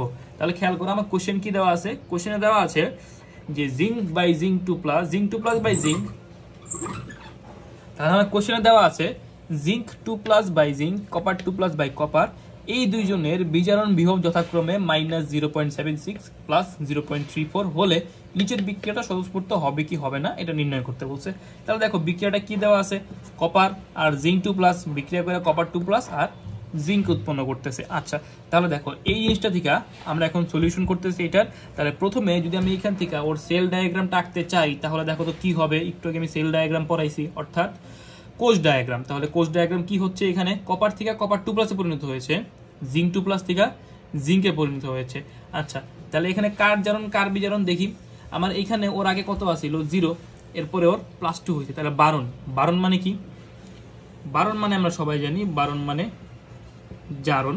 তার মানে এখানে এটা হচ্ছে অ্যানোডের বিক্রিয়া, তাহলে এটা কি হবে, এটা ক্যাথোডের বিক্রিয়া, তাহলে এটা বিজারণ। আচ্ছা, তাহলে দেখো জারণ তো অ্যানোডে হয় তাই না, আমি বলছিলাম যে আমাদের সেল ডায়াগ্রাম যখন লিখবো তখন জারণটা আগে লিখতে হবে। তাহলে দেখো কি হবে, কপার ডিভাইডেড বাই কপার 2+, এরপরে তাহলে কপার ডিভাইডেড বাই কপার 2+ হইলো, এরপরে আমি লবণ সেতুর চিহ্ন দিলাম, এরপরে দেখো কি হইলো জিঙ্ক 2+ থেকে জিঙ্কে পরিণত হতো। এটাই হলো আমাদের সেল ডায়াগ্রাম। আচ্ছা, তাহলে দেখো এখন জিনিসটা খেয়াল করো, আমাদের এখানে দুইটা তথ্য দেওয়া আছে, একটা হচ্ছে জিঙ্ক 2+ ডিভাইড বাই জিঙ্ক, একটা হচ্ছে কপার 2+ ডিভাইড বাই কপার। এদের বিভবগুলো দেওয়া আছে, একটা বিভব দেওয়া আছে -0.76 আর একটা বিভব দেওয়া আছে +0.34। তো দেখো আমরা এখন কি করব, আমাদের ওই আগের সূত্র তোমাদের মনে আছে কিনা যে একটা সূত্র আছিল, সেটা হচ্ছে ইনট sell equals to ইনট anode plus ইনট cathode. এই ইনট অর্থাৎ নট দেখে ভয় পাওয়ার কোনো দরকার নাই, কারণ নট আমরা প্রমাণ অবস্থা প্রকাশ করাই। আচ্ছা, এটা তেমন কোনো কিছু না, তোমরা ইনট নিয়ে তেমন কোনো ভয় পাওয়ার কারণ নাই। তাহলে দেখো এর পরবর্তীতে আমরা কি করলাম, সূত্রটা ওই যে আগে সূত্র পড়ে আসছিলাম তোমাদের মনে আছে নিশ্চয়ই, যে ইনট sell equal to ইনট anode plus ইনট cathode. তার মানে কি অ্যানোডের যে জারণ সেইটা আর ক্যাথোডের যে জারণ এই দুটো আমরা যোগ করে দিব। তাহলে এখন আমাকে বুঝতে হবে যে এইখানে কার জারণ হয়েছে কার বিজারণ হয়েছে। কার জারণ হবে যে অ্যানোডে আসিল অর্থাৎ এইটা, আর কার বিজারণ হবে যে ক্যাথোডে আসিল এইটা। আমাদের সেল ডায়াগ্রাম এই কোশ্চেন যেটা ম্যান্ডেটরি না, কিন্তু আমার কোশ্চেনটা বোঝার জন্য অথবা প্রপারলি আমাকে অ্যান্সার করার জন্য যাতে আমার ভুল না হয়, এই জন্য সেল ডায়াগ্রামটা আমি একে নেওয়াটাকে রেকমেন্ড করব। তাহলে দেখো এখানে জিঙ্ক 2+ ডিভাইড বাই জিঙ্ক আমাকে এই তথ্য দেওয়া আছে, কত দেওয়া আছে -0.76, আর কপার 2+ ডিভাইড বাই কপার এটা দেওয়া আছে কত +0.34। একটু খেয়াল করে দেখো তোমার এইখানে জিঙ্ক 2+ থেকে জিঙ্কে পরিণত হয়েছে, যেটা আমার সঠিক তথ্য দেওয়া আছে। কিন্তু আরেকটা কি হয়েছে, কপার ডিভাইড বাই কপার 2+ এ পরিণত হয়েছে বিক্রিয়া থেকে আমরা দেখতে পাচ্ছি, কিন্তু এখানে আমাকে কোশ্চেনে কি দেওয়া আছে কপার 2+ থেকে কপার, অর্থাৎ ইনট কপার 2+ থেকে কপার, যেটা দেওয়া আছে +0.34। তাহলে আমার তো এই তথ্যটা রং দেওয়া আছে, তাহলে কি করতে হবে, আমার সঠিক তথ্য বের করতে হবে। সঠিক তথ্য কোনটা, সেটা হচ্ছে E naught copper divide by copper 2+, এটা আমার দরকার। তাহলে এটা দরকার হলে আমি কীভাবে বের করব হচ্ছে কি, আমাকে যে তথ্য দেওয়া আছে এটা যদি ভুল হয়ে থাকে তাহলে এর উল্টাটা, অর্থাৎ কপার 2+ থেকে কপার যদি +0.34 হয়, কপার থেকে কপার 2+ হবে, উল্টাটা হবে -0.34 ভোল্ট। আশা করি আমরা বুঝতে পেরেছি। তাহলে দেখো অ্যানোডে কি হচ্ছে, ইনট অ্যানোডে হচ্ছে কি আমাদের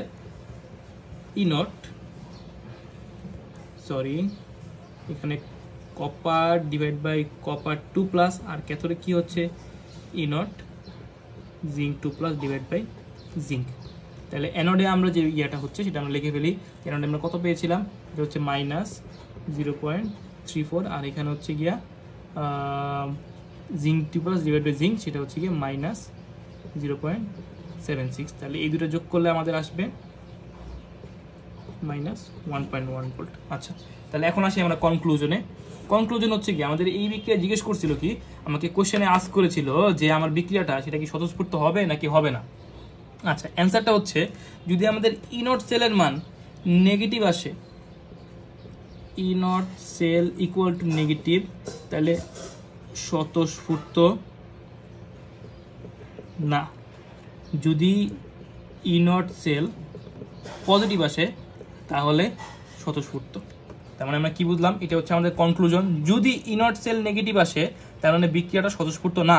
যদি ইনট সেল আমাদের পজিটিভ আসে তখন আমরা কি বুঝবো, বিক্রিয়াটা স্বতঃস্ফূর্ত। তাহলে খেয়াল করে দেখো তো, আমার এই কোশ্চেনের ক্ষেত্রে ইনট সেলের মান বের হয়েছে -1.1 ভোল্ট, যেটা হচ্ছে নেগেটিভ। যেহেতু নেগেটিভ এই জন্য বিক্রিয়াটা স্বতঃস্ফূর্ত হবে না। তাহলে উত্তর কি হবে, বিক্রিয়া স্বতঃস্ফূর্ত হবে না। উত্তর বোঝা গেছে, আশা করি বোঝা গেছে। তাহলে দেখো এই জিনিসটা আমরা একটু পিছন থেকে আমরা একটু এক্সপ্লেন করি। দেখো আমাদের এটার ক্ষেত্রে কি হয়েছিল, আমি অ্যানোড নিয়েছিলাম জিঙ্ক, ক্যাথোডে নিয়েছিলাম কপার। জিঙ্কের যেহেতু সক্রিয়তা বেশি এই জন্য আমি অ্যানোডে বসাইছি, ক্যাথোডে যেহেতু কপারের সক্রিয়তা বেশি এই জন্য আমি যেহেতু আমাদের কপারের সক্রিয়তা কম এই জন্য আমরা ক্যাথোডে কপারকে বসিয়েছি। কিন্তু আমি এই বিক্রিয়ার ক্ষেত্রে খেয়াল করো তো, অ্যানোডের হচ্ছে জারণ, জারণ কার হচ্ছে কপারের, ক্যাথোডে হচ্ছে বিজারণ, কার বিজারণ হচ্ছে জিঙ্কের। তাই দেখো আমি জিঙ্কে কোথায় বসাইছি, কপারের কোথায় বসাইছি অ্যানোডে, জিঙ্কে কোথায় বসাইছি ক্যাথোডে। তাহলে জিনিসটা খেয়াল করে দেখো তো, এইখানে আগে কি আসছিল, আগে আসছিল জিঙ্ক অ্যানোডে এবং ক্যাথোডে কপার আসছিল। তাহলে এখানে কি বিষয়টা আমি উল্টা করে ফেলেছি না? যেহেতু বিষয়টা আমি এখানে উল্টা করেছি এই জন্য বিক্রিয়াটা তখন আর মাইনাস চলে আসতেছে, দ্যাট মিনস বিক্রিয়া স্বতঃস্ফূর্ত হবে না। স্বতঃস্ফূর্ত কোন সময় হইতো, যদি এইখানে বিক্রিয়াটা এরকম হইতো যে জিঙ্ক থেকে জিঙ্ক 2+ এ পরিণত হচ্ছে আর কপার 2+ থেকে কপারে পরিণত হচ্ছে, অর্থাৎ এই জিনিসটা যদি উল্টা হইতো, অর্থাৎ জিঙ্ক এই জায়গায় কপার এই জায়গায় হইতো, তখন তুমি দেখতা তোমার ইনট সেলের মান পজিটিভ আসতো। অর্থাৎ আমরা আগে থেকেই কোশ্চেন দেখেই বলে দিতে পারবো যে বিক্রিয়া কি স্বতঃস্ফূর্ত কি না। কিভাবে বলতে পারবো, এভাবে বলতে পারবো যে যার সক্রিয়তা বেশি, এই দুইটা মেটালের মধ্যে যার সক্রিয়তা বেশি তার কি অ্যানোডে স্থাপন করা হয়েছে, যদি স্থাপন করা হয় তাহলে হ্যাঁ বিক্রিয়া স্বতঃস্ফূর্ত হবে, যদি স্থাপন করা না হয় তাহলে বিক্রিয়া স্বতঃস্ফূর্ত হবে না। আমাদের পরবর্তী টপিক হচ্ছে টাইপ 2 হচ্ছে পাত্র তুমি কি নিরাপদ। হ্যাঁ তোমাকেই বলতেছি ভাই, তুমি কি আসলে নিরাপদ? আচ্ছা চলো আমরা জাজ করে দেখি তুমি কি নিরাপদ কিনা। খেয়াল করো, ধরো আমি একটা লিকুইড নিলাম, এই লিকুইডটা হচ্ছে গিয়ে কথার কথা লিকুইডটা হচ্ছে আমাদের ফেরাস সালফেট, এবং আমি যে পাত্রটা নিয়েছি এই পাত্রটা হচ্ছে গিয়ে কপারের। এখন কোশ্চেন হচ্ছে গিয়ে আমার এইখানে যে ফেরাস সালফেটের যে লবণটা আছে এই লবণটা এই পাত্রে নিরাপদ কিনা, অর্থাৎ পাত্র তুমি কি নিরাপদ নাকি নিরাপদ না। উত্তর হচ্ছে যদি এইখানে Fe এবং কপার এই দুইজনের যদি বিক্রিয়া হয় আর হওয়ার পরে যদি বিক্রিয়াটা একটু আগের টপিক যেটা পড়ছিলাম অর্থাৎ স্বতঃস্ফূর্ত বিক্রিয়া হয়, যদি এইখানে ফেরাম এবং কপারের স্বতঃস্ফূর্ত বিক্রিয়া হয় তাহলে এই পাত্র নিরাপদ না।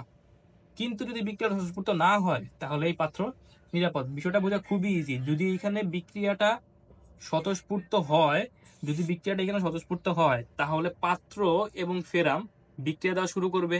কিন্তু যদি এই যে বিক্রিয়া স্বতঃস্ফূর্ত না হয়, তাহলে পাত্র এবং ফেরাম বিক্রিয়া দেওয়া শুরু করবে না। অর্থাৎ স্বতঃস্ফূর্ত হইলে আমার পাত্রটা আস্তে আস্তে বিক্রিয়া দিতে দিতে এখানে ক্ষয় হওয়া শুরু করবে।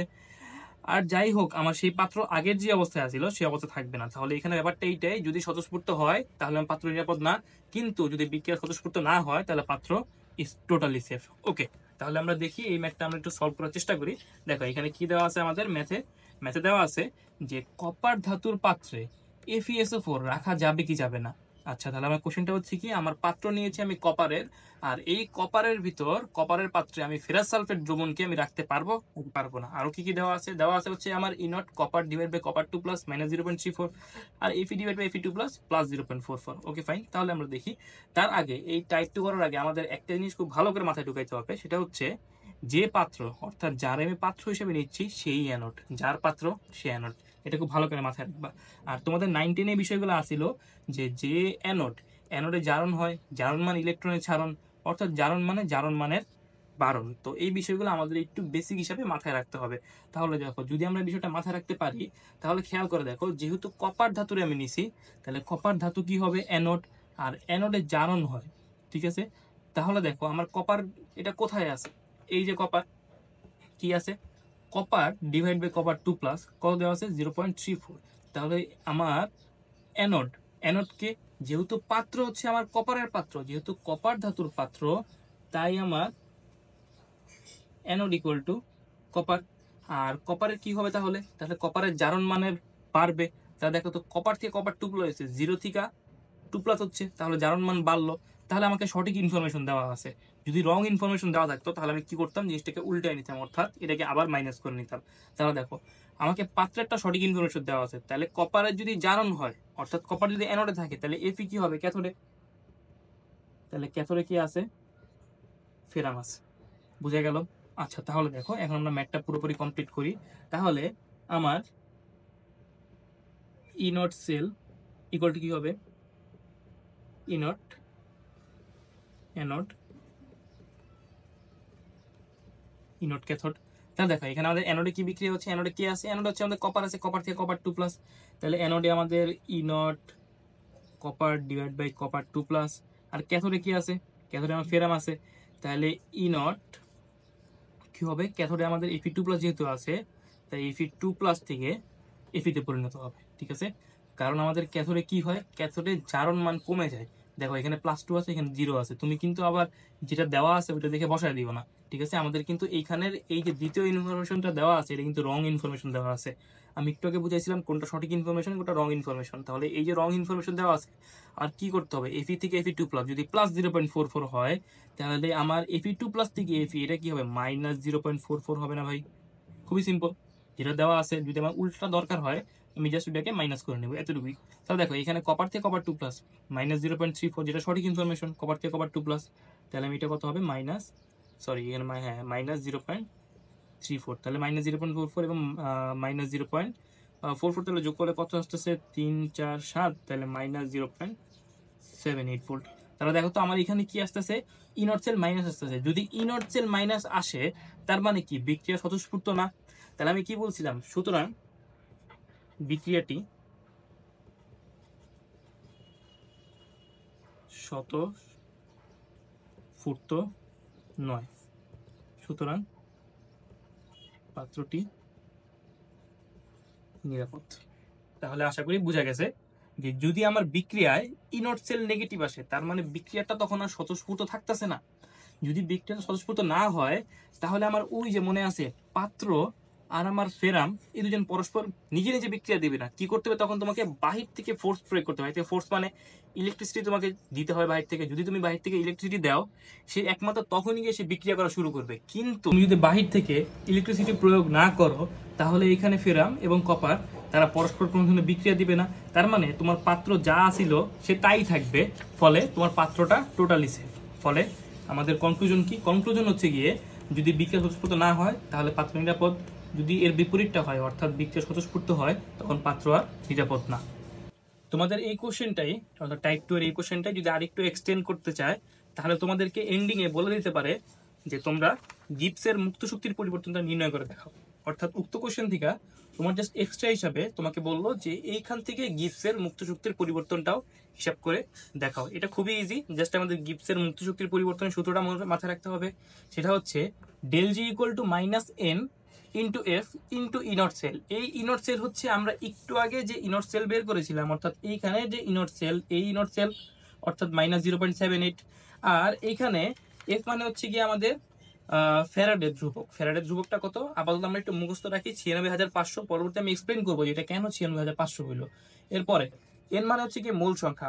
এই মোল সংখ্যা মানে কি? এই মোল সংখ্যা মানে হচ্ছে কি আমার এই পুরো বিক্রিয়ায় কত মোল ইলেকট্রন আদান প্রদান করা হয়েছে। তাহলে দেখো এখানে এন মানে কি? এন মানে হচ্ছে কত মোল ইলেকট্রন আদান প্রদান করা হয়েছে। একটু খেয়াল করে দেখো, এখানে কপার 2টা ইলেকট্রন ছাড়তো এবং ফেরাম 2টা ইলেকট্রন গ্রহণ করতো, 2টা ইলেকট্রন আদান প্রদান করা হয়েছে।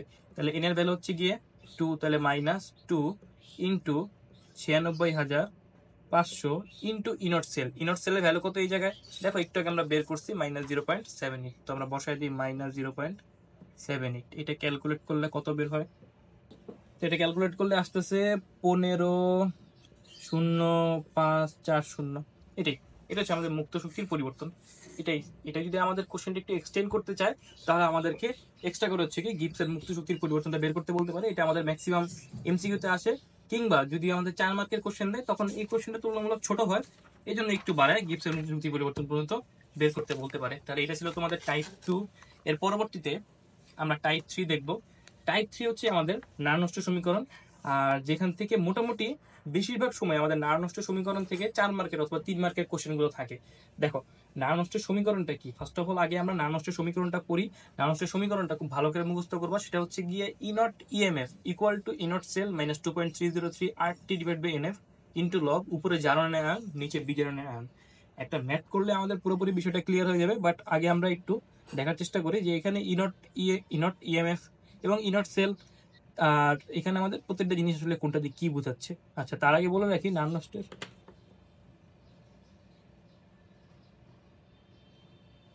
আচ্ছা আমরা একটু দেখি তাহলে এখানে কোনটা দিয়ে কি বোঝাচ্ছে। তার আগে বলে রাখি নারনষ্টের সমীকরণের যে প্রমাণ সেটা তোমাদের বইতে আছে, কিন্তু প্রমাণটা যেহেতু আমাদের দরকার নাই এই জন্য আমরা প্রমাণটা পড়বো না। আর প্রমাণ খুব বেশি কঠিন না, তোমরা চাইলে বই থেকে দেখতে পারো। আচ্ছা তাহলে দেখো ইনট ইএমএফ এটা দিয়ে বোঝায় আমার পুরো কোষের তড়িৎ চালক শক্তি অর্থাৎ ইলেকট্রোমোটিভ ফোর্স। এবং ইনট সেল, ইনট সেল হচ্ছে আমরা টাইপ 1 টাইপ 2 তে যে ইনট সেল বের করে আসলাম এতক্ষণ, সেই ইনট সেল হচ্ছে কি এই ইনট সেল -2.303 RT। আর দিয়ে বোঝাচ্ছে আমাদের কনস্ট্যান্ট, যার মান হচ্ছে গিয়ে 8.314। টি দিয়ে বোঝাচ্ছে টেম্পারেচার, যদি কোনো কিছু টেম্পারেচার বলে দেওয়া থাকে তুমি 25 ডিগ্রি ধরে নিবা। এরপরে এফ দিয়ে কি বোঝায় ফ্যারাডের ধ্রুবক, যেটার মান হচ্ছে 96,500, যেটা একটা ফিক্সড মান। এন দিয়ে বোঝায় কত মোল ইলেকট্রন আদান প্রদান করা হয়েছে। আচ্ছা এরপরে লগ, জারণের আয়নের ঘনমাত্রা। তোমাকে কোশ্চেনে দেখবা জারণের আয়নের ঘনমাত্রার মান দেওয়া আছে, বিজারণ আয়নের ঘনমাত্রার মান দেওয়া থাকে। তো এই দুটা মান তোমরা বসাবা, উপরে এক্স এবং ওয়াই। এক্স এবং ওয়াই বলতে বোঝায় জারণের আয়নের সামনে যে মূল সংখ্যা থাকে তারা তুমি ঘাতে কনভার্ট করবা, বিজারণ আয়নের সামনে যে মূল সংখ্যা থাকে তারাও ঘাতে কনভার্ট করবে। একটা ম্যাথ করলে আমাদের বিষয়টা ক্লিয়ার হবে। আপাতত আমরা জাস্ট সূত্রটা কোনটা দিয়ে কি বোঝায় সেটা আগে বুঝে নিলাম। এরপরে দেখো আমাদের কোশ্চেনে কি দেওয়া আছে, ক্রোমিয়াম থেকে ক্রোমিয়াম 3+, Tin2+ থেকে টিনে পরিণত হচ্ছে। দেখো এখানে প্লাস আয়নের ঘনমাত্রা দেওয়া আছে, এখানেও প্লাস আয়নের ঘনমাত্রা দেওয়া আছে। এটা হচ্ছে আমাদের জারণের আয়ন, এটা হচ্ছে আমাদের বিজারণের আয়ন। তাহলে দেখো এইখানে আমাদের কি দেওয়া আছে, আর দেওয়া আছে যে আমাদের কোনটার বিভব কত। ইনট ক্রোমিয়াম 3+ থেকে ক্রোমিয়াম -0.74, Tin2+ থেকে টিন -0.14। যদি এটা হয় তাহলে কোষের কি বের করতে বলছে, ইএফ বের করতে বলছে। আচ্ছা তাহলে আমরা কোশ্চেনটা একটু সলভ করি। আমাদেরকে যদি ইএমএফ বের করতে বলে তাহলে আগে আমরা একটু সূত্রটা লিখে নিই। দেখো তাহলে সূত্রটা কি হবে, E naught EMF equal to E naught cell -2.303 RT divided by NF into log, উপরে বলছে জারণের আয়ন নিচে বিজারণের আয়ন। যেহেতু আমি জারণের আয়ন জানি সেটা হচ্ছে গিয়ে ক্রোমিয়াম 3+, এর ঘনমাত্রা থার্ড ব্র্যাকেট দিয়ে ঘনমাত্রা প্রকাশ করা হয়, এবং টিন হচ্ছে গিয়ে আমাদের বিজারণের আয়ন, এই জন্য বিজারণের আয়নের ঘনমাত্রা। আচ্ছা উপরে বসে আমাদের দুইটা ঘাত বসবে। এখন তার আগে আমি ঘাত বের করার আগে আমাকে আগে এটার বিক্রিয়াটা লিখতে হবে। তাহলে দেখো তো এইখানে বিক্রিয়াটা কি হচ্ছে, বিক্রিয়াটা হচ্ছে ক্রোমিয়াম থেকে ক্রোমিয়াম 3+ উৎপন্ন হচ্ছে। তাহলে দেখো তো, যদি ক্রোমিয়াম থেকে ক্রোমিয়াম 3+ উৎপন্ন করতে হয় তাহলে আসলে কি করতে হবে? ক্রোমিয়ামের 3টা ইলেকট্রন ত্যাগ করতে হবে, ত্যাগ করে সে ক্রোমিয়াম 3+ এ পরিণত হতে পারবে। অন্যদিকে দেওয়া আছে কি, 10 থেকে সে 10 পরিণত, যদি 10 থেকে 10 পরিণত হতে চায় তাহলে তার অবশ্যই 2টা ইলেকট্রন গ্রহণ করতে হবে। এখন এই ইলেকট্রন সমতা করার জন্য আমার কি করতে হবে? উপরে 2 দিয়ে গুণ করতে হবে, নিচে 3 দ্বারা গুণ করতে হবে। আমরা তো আশা করি এগুলো সবাই জানি। তাহলে দেখো, যদি আমি গুণ করে থাকি তাহলে এইখানে 2 আর এখানে 3 2 6, এখানে 2 বসবে, আর এখানে 3 দ্বারা গুণ করতে নিচে 3 3 2 6, আর এখানে হচ্ছে গিয়ে 3 বসবে। তাহলে দেখো আমাদের সমতা হয়ে গেল। এরপর যদি আমরা সমতা করার পরে বিক্রিয়াটা লিখি তাহলে ইলেকট্রন ইলেকট্রন কাটা, 2 মোল ক্রোমিয়াম এর সাথে প্লাস 3 মোল টিন 2+ বিক্রিয়া করে 2 মোল ক্রোমিয়াম 3+ প্লাস 3 মোল টিন উৎপন্ন করছে। তাহলে বুঝো এখানে আমাদের 6 মোল ইলেকট্রন আদান প্রদান হয়েছে, 6 মোল ইলেকট্রন আদান প্রদান করা হয়েছে। তাহলে এইটাই হচ্ছে কি আমাদের এই এন এর ভ্যালু। আচ্ছা, আবার বলতেছি, এন এর ভ্যালুটা আমার সবচেয়ে বেশি প্যাচ লাগে। এখানে এন এর ভ্যালু হবে বিক্রিয়া করার পরে, সমতা করার পরে ইলেকট্রনের সামনে যেই মূল সংখ্যাটা বসে এটাই হচ্ছে আমাদের এন এর ভ্যালু, অর্থাৎ মূল সংখ্যা। আচ্ছা, তাহলে এটা গেল আমাদের মূল সংখ্যা। এফ মানে তো আমাদের কনস্ট্যান্ট ফ্যারাডের ধ্রুবক, আর মানে 8.314, টি মানে টেম্পারেচার। ওকে, আর এখানে দেখো জারণের আয়ন বিজারণের আয়ন, খেয়াল করে দেখো তো, জারণের আয়নের সামনে কত মোল আছে? 2 মোল। আর বিজারণের যে আয়ন অর্থাৎ টিন 2+, তার সামনে কত মোল আছে? 3 মোল। তাহলে এই 2টা হয়ে যাবে ঘাত, যার উপরে বসবে 2, আর এটা হয়ে যাবে ঘাত, যার উপরে বসবে 3। তাহলে আমি এখন এই সূত্র থেকে একটা একটা করে মান বসাই দিই। যদি মান বসাই দিই, ইনট সেলের মান, ইনট সেলের মানটা কত আসবে দেখো এইখানে। তার আগে একটু কষ্ট করে আমাকে ইনট সেলের মানটা বের করে রাখতে হবে। ইনট সেলের সূত্র কি? ইনট সেল তার সূত্র হচ্ছে অ্যানোড প্লাস ক্যাথোড। এখানে অ্যানোড কত? ক্রোমিয়াম 3+ থেকে ক্রোমিয়াম পরিণত হচ্ছে। দেখো তো এখানে কি আসলে বিক্রিয়া তা হচ্ছে কিনা, একটু খেয়াল করে দেখি। ক্রোমিয়াম থেকে ক্রোমিয়াম 3+, ওকে ফাইন। 10 থেকে 10 থেকে 3। তাহলে দেখো এখানে ক্রোমিয়ামের তথ্যটা যেটা প্রদত্ত, ক্রোমিয়াম থেকে ক্রোমিয়াম 3+ পরিণত হচ্ছে, আমরা ক্রোমিয়ামের তথ্যটা ভুল দেওয়া আছে। কিন্তু 10 থেকে 3 এই তথ্যটা কিন্তু আবার সঠিক দেওয়া আছে, ওটা 10 থেকে 3। তাহলে এটা কি করতে হবে? এটা মাইনাস করতে হবে, এটা যা আছে তাই থাকবে। তাহলে আমরা যদি এটা মাইনাস করি তাহলে হচ্ছে আমাদের থাকবে, আমি ডিরেক্টলি করে দিচ্ছি, আশা করি আমরা বুঝবো, 0.74 প্লাস মাইনাস 0.14। তাহলে যোগ করলে কষ্ট আসতেছে, এখানে যোগ করলে আসতেছে 0.6 ভোল্ট। তাহলে আমাদের আলটিমেটলি ইনট সেলের ভ্যালু বেরোচ্ছে 0.6 ভোল্ট। আমরা কিভাবে বের করলাম? E nought cell, anode plus cathode. অ্যানোডের তথ্য আমাদের রং দেওয়া ছিল, এই জন্য অ্যানোডের তথ্যকে আমরা মাইনাস করে নিছি। আচ্ছা, তাহলে দেখো এরপরে তাহলে ইনট সেল কত বের হইলো? 0.6। ইনট সেলের মান বসাইলাম। এরপরে দেখো কি কি আছে, আর মাইনাস 2.303 আরটি, তাই না? আচ্ছা, তাহলে 2.303 আরটি মানটা আমি একটু বসাই। তো দেখো এইখানে 2.303 ইন্টু আর এর মান কত? 8.314 ইন্টু টি এর মান কত? দেখো এখানে আমাদের কোশ্চেনে টি এর মান সম্পর্কে কোনো কিছু বলা নেই, অর্থাৎ টেম্পারেচার কিছু কোনো কিছু বলা নেই। যদি টেম্পারেচার কিছু বলা না থাকে তাহলে আমরা 25°C অর্থাৎ রুম টেম্পারেচার অর্থাৎ 298 কেলভিন ধরে নেব। আর নিচে এন, এন এর মান একটু আগে আমি উল্লেখ করছি, এখানে আমাদের যেটা মূল সংখ্যা সমতা করার পর থাকে এটাই আমাদের এন এর ভ্যালু। তাহলে এন এর ভ্যালু এখানে কত? এন এর ভ্যালু হচ্ছে 6 ইন্টু ফ্যারাডে, যেটা হচ্ছে গিয়ে 96,500 ইন্টু লগ। দেখো তো জারণের আয়নের ঘনমাত্রা, এটা বিজারণের ঘনমাত্রা। জারণের আয়নের ঘনমাত্রা কত দেওয়া ছিল দেখো তো? 0.2, বিজারণের 0.15। তাহলে উপরে বসাবো 0.2, নিচে 0.15, উপরে হবে আমাদের স্কোয়ার, নিচে ঘনমাত্রা 3। আচ্ছা, যদি আমরা এটা ক্যালকুলেট করি তাহলে আমাদের অ্যান্সারটা বের হচ্ছে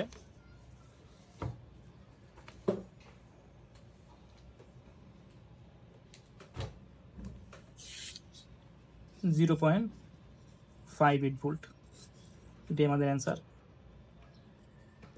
যেটা হচ্ছে আমাদের ইনট ইএমএফ।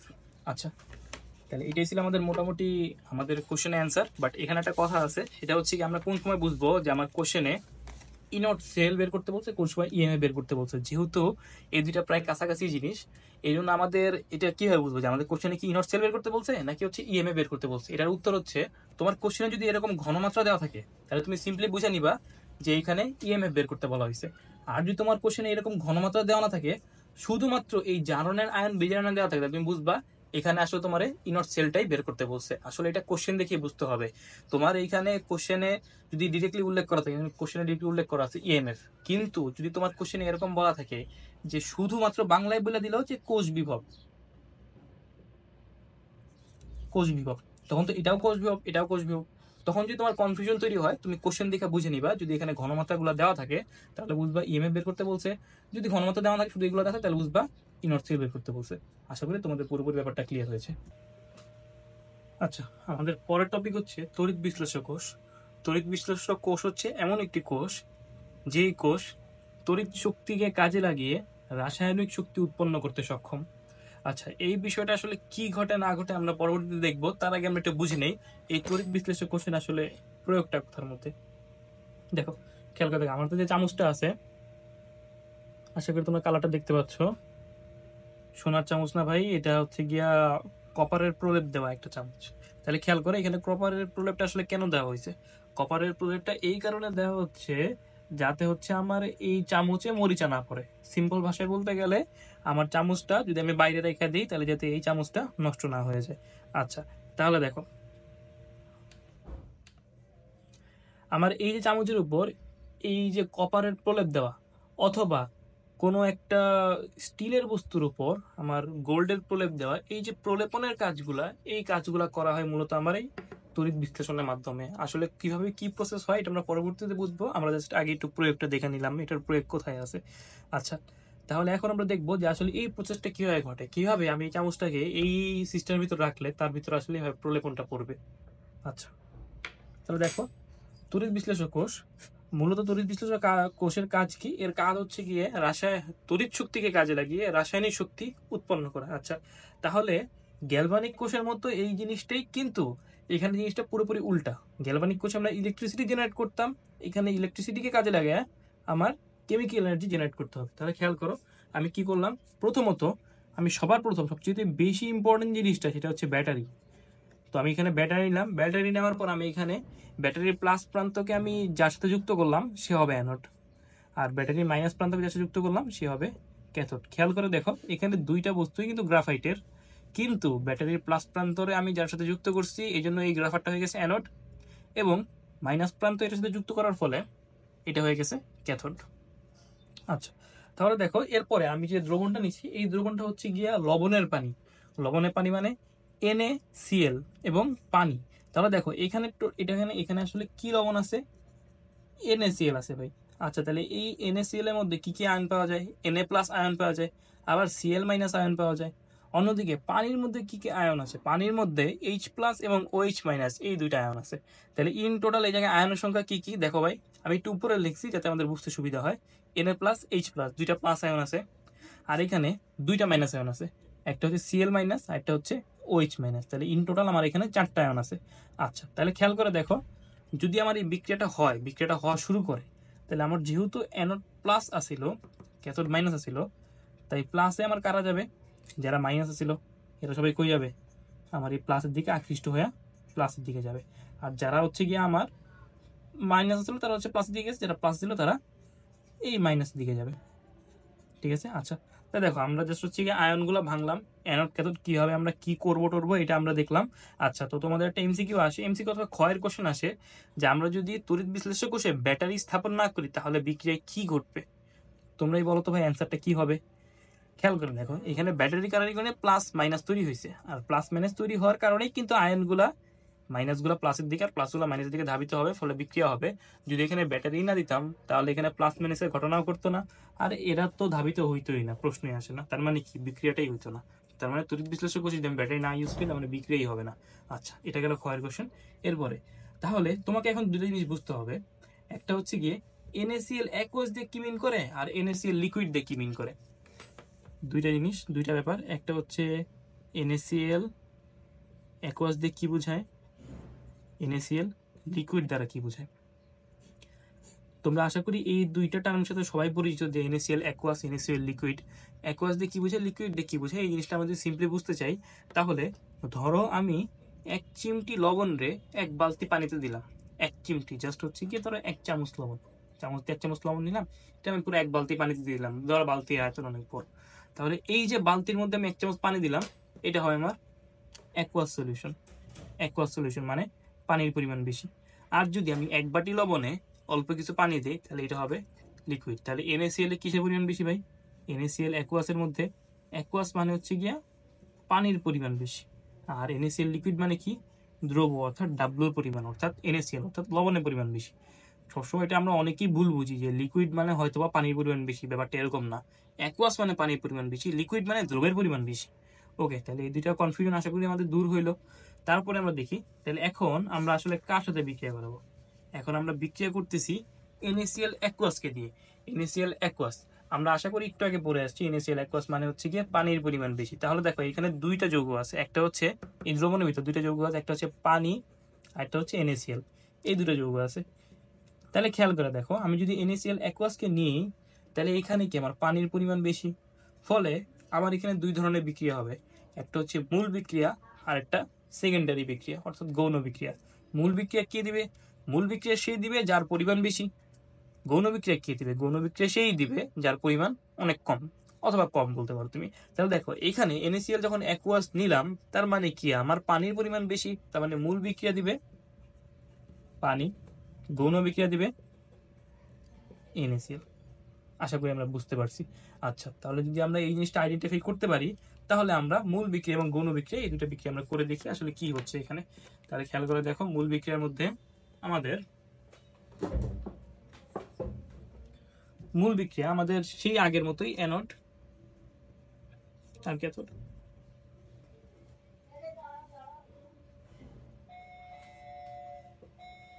এখানে অ্যানোডে খেয়াল করে দেখো আমার মূল বিক্রিয়া পানি দিচ্ছে, তাহলে পানির দুইটা আয়ন, একটা হচ্ছে H প্লাস একটা হচ্ছে OH মাইনাস। তাহলে H প্লাস আর OH মাইনাসের মধ্যে অ্যানোডে কে যাবে? যে মাইনাস, কারণ তো আমার অ্যানোড তো প্লাস হয়ে বসে আছে, এই কারণে মাইনাস আয়ন যাবে। এই জন্য দেখো অ্যানোডে কি বিক্রিয়া দেবে? OH মাইনাস, ইলেকট্রন মাইনাস হইল।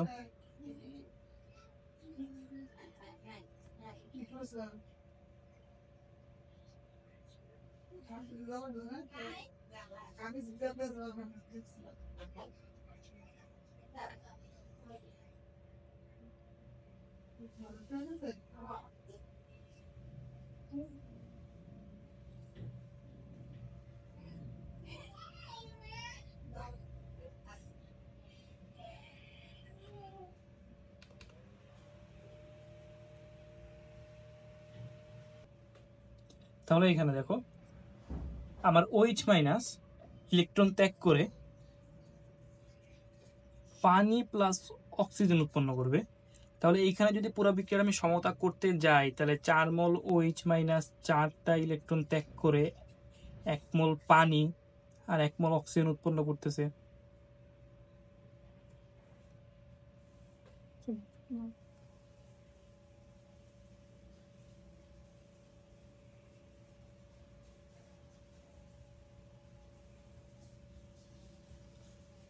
তাহলে দেখো এইখানে OH মাইনাস ইলেকট্রন ত্যাগ করে পানি আর অক্সিজেন উৎপন্ন করতেছে। সমতা করার জন্য এখানে 4 4 আর এখানে আমাদের 2 দিতে হবে। আচ্ছা, তাহলে পুরো ব্যাপারটা কি ঘটলো? প্রথমত আমাদের দেখতে হবে এখানে কে মূল বিক্রিয়া দিবে। সেই মূল বিক্রিয়া দিবে যার পরিমাণ বেশি। আমি দেখলাম পানির পরিমাণ বেশি, কারণ এটা অ্যাকুয়াস সলিউশন। ওকে ফাইন, যেহেতু অ্যাকুয়াস সলিউশন পানির পরিমাণ বেশি, পানি মূল বিক্রিয়া দিচ্ছে। তাহলে পানির কি কি আয়ন? পানির প্লাস H প্লাস আয়ন আর OH মাইনাস। OH মাইনাস যেহেতু সে মাইনাস, এই কারণে সে অ্যানোডে যাবে, আর প্লাস কোথায় যাবে? ক্যাথোডে যাবে। আচ্ছা, তাহলে দেখো মূল বিক্রিয়ার মধ্যে আমার OH মাইনাস বিক্রিয়া দিল 4 মোল OH মাইনাস 4টা ইলেকট্রন ত্যাগ করে পানি আর অক্সিজেন উৎপন্ন করে। তোমরা এই জায়গাটা অর্থাৎ অ্যানোডের এই প্রথম বিক্রিয়াটা বুঝে বুঝে করার থেকে প্রথমে তো আমি বুঝাই দিলাম, এখন তোমাদের কাজ হচ্ছে এই বিক্রিয়াটা বুঝে মুখস্থ করা। তোমরা যদি এই জিনিসটা মুখস্থ না করো, পরীক্ষার হলে গিয়ে এই 4 মোল OH মাইনাস 4টা ইলেকট্রন 2 মোল পানি একটা অক্সিজেন, এটা মিলানো কঠিন। অন্যান্যগুলো মিলানো তুলনামূলক সহজ, কিন্তু এই জিনিসটা মিলানো কঠিন। এই জন্য আমি রেকমেন্ড করবো অ্যানোডের বিক্রিয়াটা বোঝার সাথে সাথে মুখস্থ করে ফেলবো একদম। তারপরে দেখো এখানে H প্লাস আয়ন আমাদের ক্যাথোডে, সে কি করবে? ইলেকট্রন গ্রহণ করে হাইড্রোজেন গ্যাস তৈরি করবে। তাহলে এই যে হাইড্রোজেন গ্যাস তৈরি করলো, তাহলে 2 সমতা করার জন্য এখানে আমি 2 করে দিলাম। আচ্ছা, তাহলে দেখো এটা আমার গেল হচ্ছে মূল বিক্রিয়া। এরপরে আমরা আসি গৌণ বিক্রিয়া অর্থাৎ সেকেন্ডারি বিক্রিয়া। সেকেন্ডারি বিক্রিয়া কে দিবে? যেহেতু পানির পরিমাণ বেশি এই জন্য পানি মূল বিক্রিয়া দিছিল, যেহেতু NaCl এর পরিমাণ কম এই জন্য NaCl আমাদের সেকেন্ডারি বিক্রিয়া দিবে। তাহলে দেখো এখানেও অ্যানোড, ক্যাথোড। অ্যানোডে কে যাবে? অ্যানোড সেই যাবে, দেখো অ্যানোড যেহেতু প্লাস অ্যানোড যেহেতু আমার প্লাস হয়ে বসে আছে, এই জন্য অ্যানোডে সে যাবে যার হচ্ছে কি আমাদের মাইনাস আয়ন আছে। তাহলে দেখো এখানে কে বিক্রিয়া দিচ্ছে, গৌণ বিক্রিয়া, NaCl যদি গৌণ বিক্রিয়া দিচ্ছে, তাহলে দুইটা আয়ন, একটা হচ্ছে Na আর একটা Cl। তাহলে এখানে দেখো এই যে Na প্লাস আর এই যে Cl মাইনাস, তাহলে দেখো Na প্লাস কই যাবে, Na প্লাস যাবে মাইনাসে আর Cl মাইনাস যাবে প্লাসে, তার মানে ক্লোরিন মাইনাস হচ্ছে আমার অ্যানোডে বিক্রিয়া দিবে। তাহলে দেখো ক্লোরিন মাইনাস এই প্লাসের দিকে যাবে। তাহলে যদি ক্লোরিন মাইনাস বিক্রিয়া দেয় অ্যানোডে জারণ, জারণ মানে ইলেকট্রনের ছাড়ন, তাই দেখো দুইটা ক্লোরিন অর্থাৎ ক্লোরিন গ্যাস উৎপন্ন করে, সমতা করার জন্য এখানে 2 এখানে 2 দিতে হয়। তারপরে দেখো ক্যাথোডে কে বিক্রিয়া দিবে, সোডিয়াম প্লাস। তাহলে ক্যাথোডে সোডিয়াম প্লাস ইলেকট্রন গ্রহণ করে সোডিয়াম মেটাল উৎপন্ন করবে। তাহলে দেখো তো আলটিমেটলি এই সোডিয়ামটা এই জায়গায় যাচ্ছে, সোডিয়াম এই জায়গায় গিয়ে কি সোডিয়াম সলিড উৎপন্ন করছে না, মানে সোডিয়াম এক একটা পরমাণু আমার এই মাইনাসের কাছে গিয়া সে ইলেকট্রন গ্রহণ করার মাধ্যমে সোডিয়াম সোডিয়াম কি সে সোডিয়াম উৎপন্ন করছে, অর্থাৎ সোডিয়াম কঠিন সোডিয়াম উৎপন্ন করছে। তাহলে দেখো এখানে সোডিয়ামগুলো আস্তে আস্তে কি তোমার এই দ্রবণের এই নিচের অংশে, অর্থাৎ দ্রবণ যতটুকু ডুবা আছে ঠিক ততটুকু অংশে এখানে প্রলেপন পড়তে থাকবে সোডিয়ামের। তাহলে যদি এখানে সোডিয়ামের প্রলেপন পড়তে থাকে, ধীরে ধীরে ধীরে ধীরে কি হবে, তোমার এখানে দ্রবণ যতটুকু ডুবা আছে এটা ঠিক ততটুকু পরিমাণ এখানে প্রলেপ পড়তে, এখানে আমার ক্যাথোডে যতটুকু অংশ ডুবা আছে ঠিক ততটুকুই ধীরে ধীরে প্রলেপ পড়তে থাকবে। কিসের প্রলেপ পড়বে, এখানে দেখো সোডিয়ামের প্রলেপ পড়বে, কারণ এখানে সোডিয়াম আকৃষ্ট হয়ে এই জায়গায় যাচ্ছিল, সে গিয়ে কি করছে সোডিয়াম সলিড উৎপন্ন করছে। অর্থাৎ তাহলে এখানে বিষয়টা কি করছে, আমার এই ক্যাথোড যতটুকু দ্রবণে ডুবানো ছিল ঠিক ততটুকু জায়গায় আমার আস্তে আস্তে প্রলেপ পড়া শুরু করছে। কার প্রলেপ, সোডিয়ামের প্রলেপ। তাহলে দেখো তো আমার এইখানে যদি আমি এখানে সোডিয়ামের প্রলেপ না দিয়ে কপার দিতাম, অর্থাৎ এখানে যদি আমি কপার সালফেটের দ্রবণ, আমি যদি এখানে লবণটা সোডিয়াম ক্লোরাইড না নিয়ে কপার ক্লোরাইড নিতাম অথবা কপার সালফেট নিতাম, তাহলে এখানে দেখো তো সোডিয়ামের বদলে কপারের প্রলেপ পড়তো না। ঠিক এই কাজটাই আমার এই চামচের সাথে হয়েছে। এই চামচটার ভিতর কি করা হয়েছে, তোমার এখানে কপার সালফেটের দ্রবণ নেওয়া হয়েছে অথবা কপার এর সাথে কপার ক্লোরাইড অথবা কপার সালফেটের লবণ নেওয়া হয়েছে। এরপর এইখানে আমার এই ক্যাথোডে আমার এই চামচের যে লোহার অংশটা, মানে এটা প্রলেপ ছাড়া যে অংশটা, সেটা এখানে বসায় দেওয়া হয়েছে। তারপরে কি করা হয়েছে, একটা ব্যাটারি যুক্ত করা হয়েছে। এরপরে এখানে অ্যানোড দেওয়া হয়েছে। অ্যানোড দেওয়ার ফলে আমার যখন আমি বাহির থেকে কারেন্ট সাপ্লাই করছি তখন এটা প্লাস এবং এইটা মাইনাস হয়ে গেছে। তখন মাইনাস হওয়ার ফলে আমার এখানে কপারগুলো আস্তে আস্তে আস্তে আস্তে এটার উপরে পরে পুরোটা কপারের প্রলেপ পড়ছে। তো এইভাবেই এই জিনিসটা আসলে হয় যে কপারের প্রলেপন দেওয়া হয়। আশা করি আমরা বুঝতে পারছি এই বিষয়টা কিভাবে হয়। আচ্ছা, তো এটা গেল হচ্ছে আমাদের সোডিয়াম অ্যাকুয়াস যখন আমি নিব। আচ্ছা, তাহলে ঠিক সেম ভাবে আমি যদি সোডিয়াম এই জায়গায় অ্যাকুয়াস না নিয়ে লিকুইড নিতাম, যদি লিকুইড নিতাম তাহলে কি হইতো, তখন আমার এইটা হয়ে যেত মূল গৌণ বিক্রিয়া, এটা হইতো মূল বিক্রিয়া। রিজন কি, রিজনটা খুবই সিম্পল। দেখো এখানে যখন লিকুইড নিছি, লিকুইড মানে কি, দ্রবের পরিমাণ বেশি। যদি এখানে দ্রবের পরিমাণ বেশি হয় তার মানে তোমার যে সোডিয়াম ক্লোরাইড আছে এটা তোমার তখন মুখ্য, এই জন্য সেটা মূল বিক্রিয়া দিবে। আর তোমার এখানে পানির পরিমাণ যেহেতু কম, এই জন্য সেটা গৌণ বিক্রিয়া দিবে।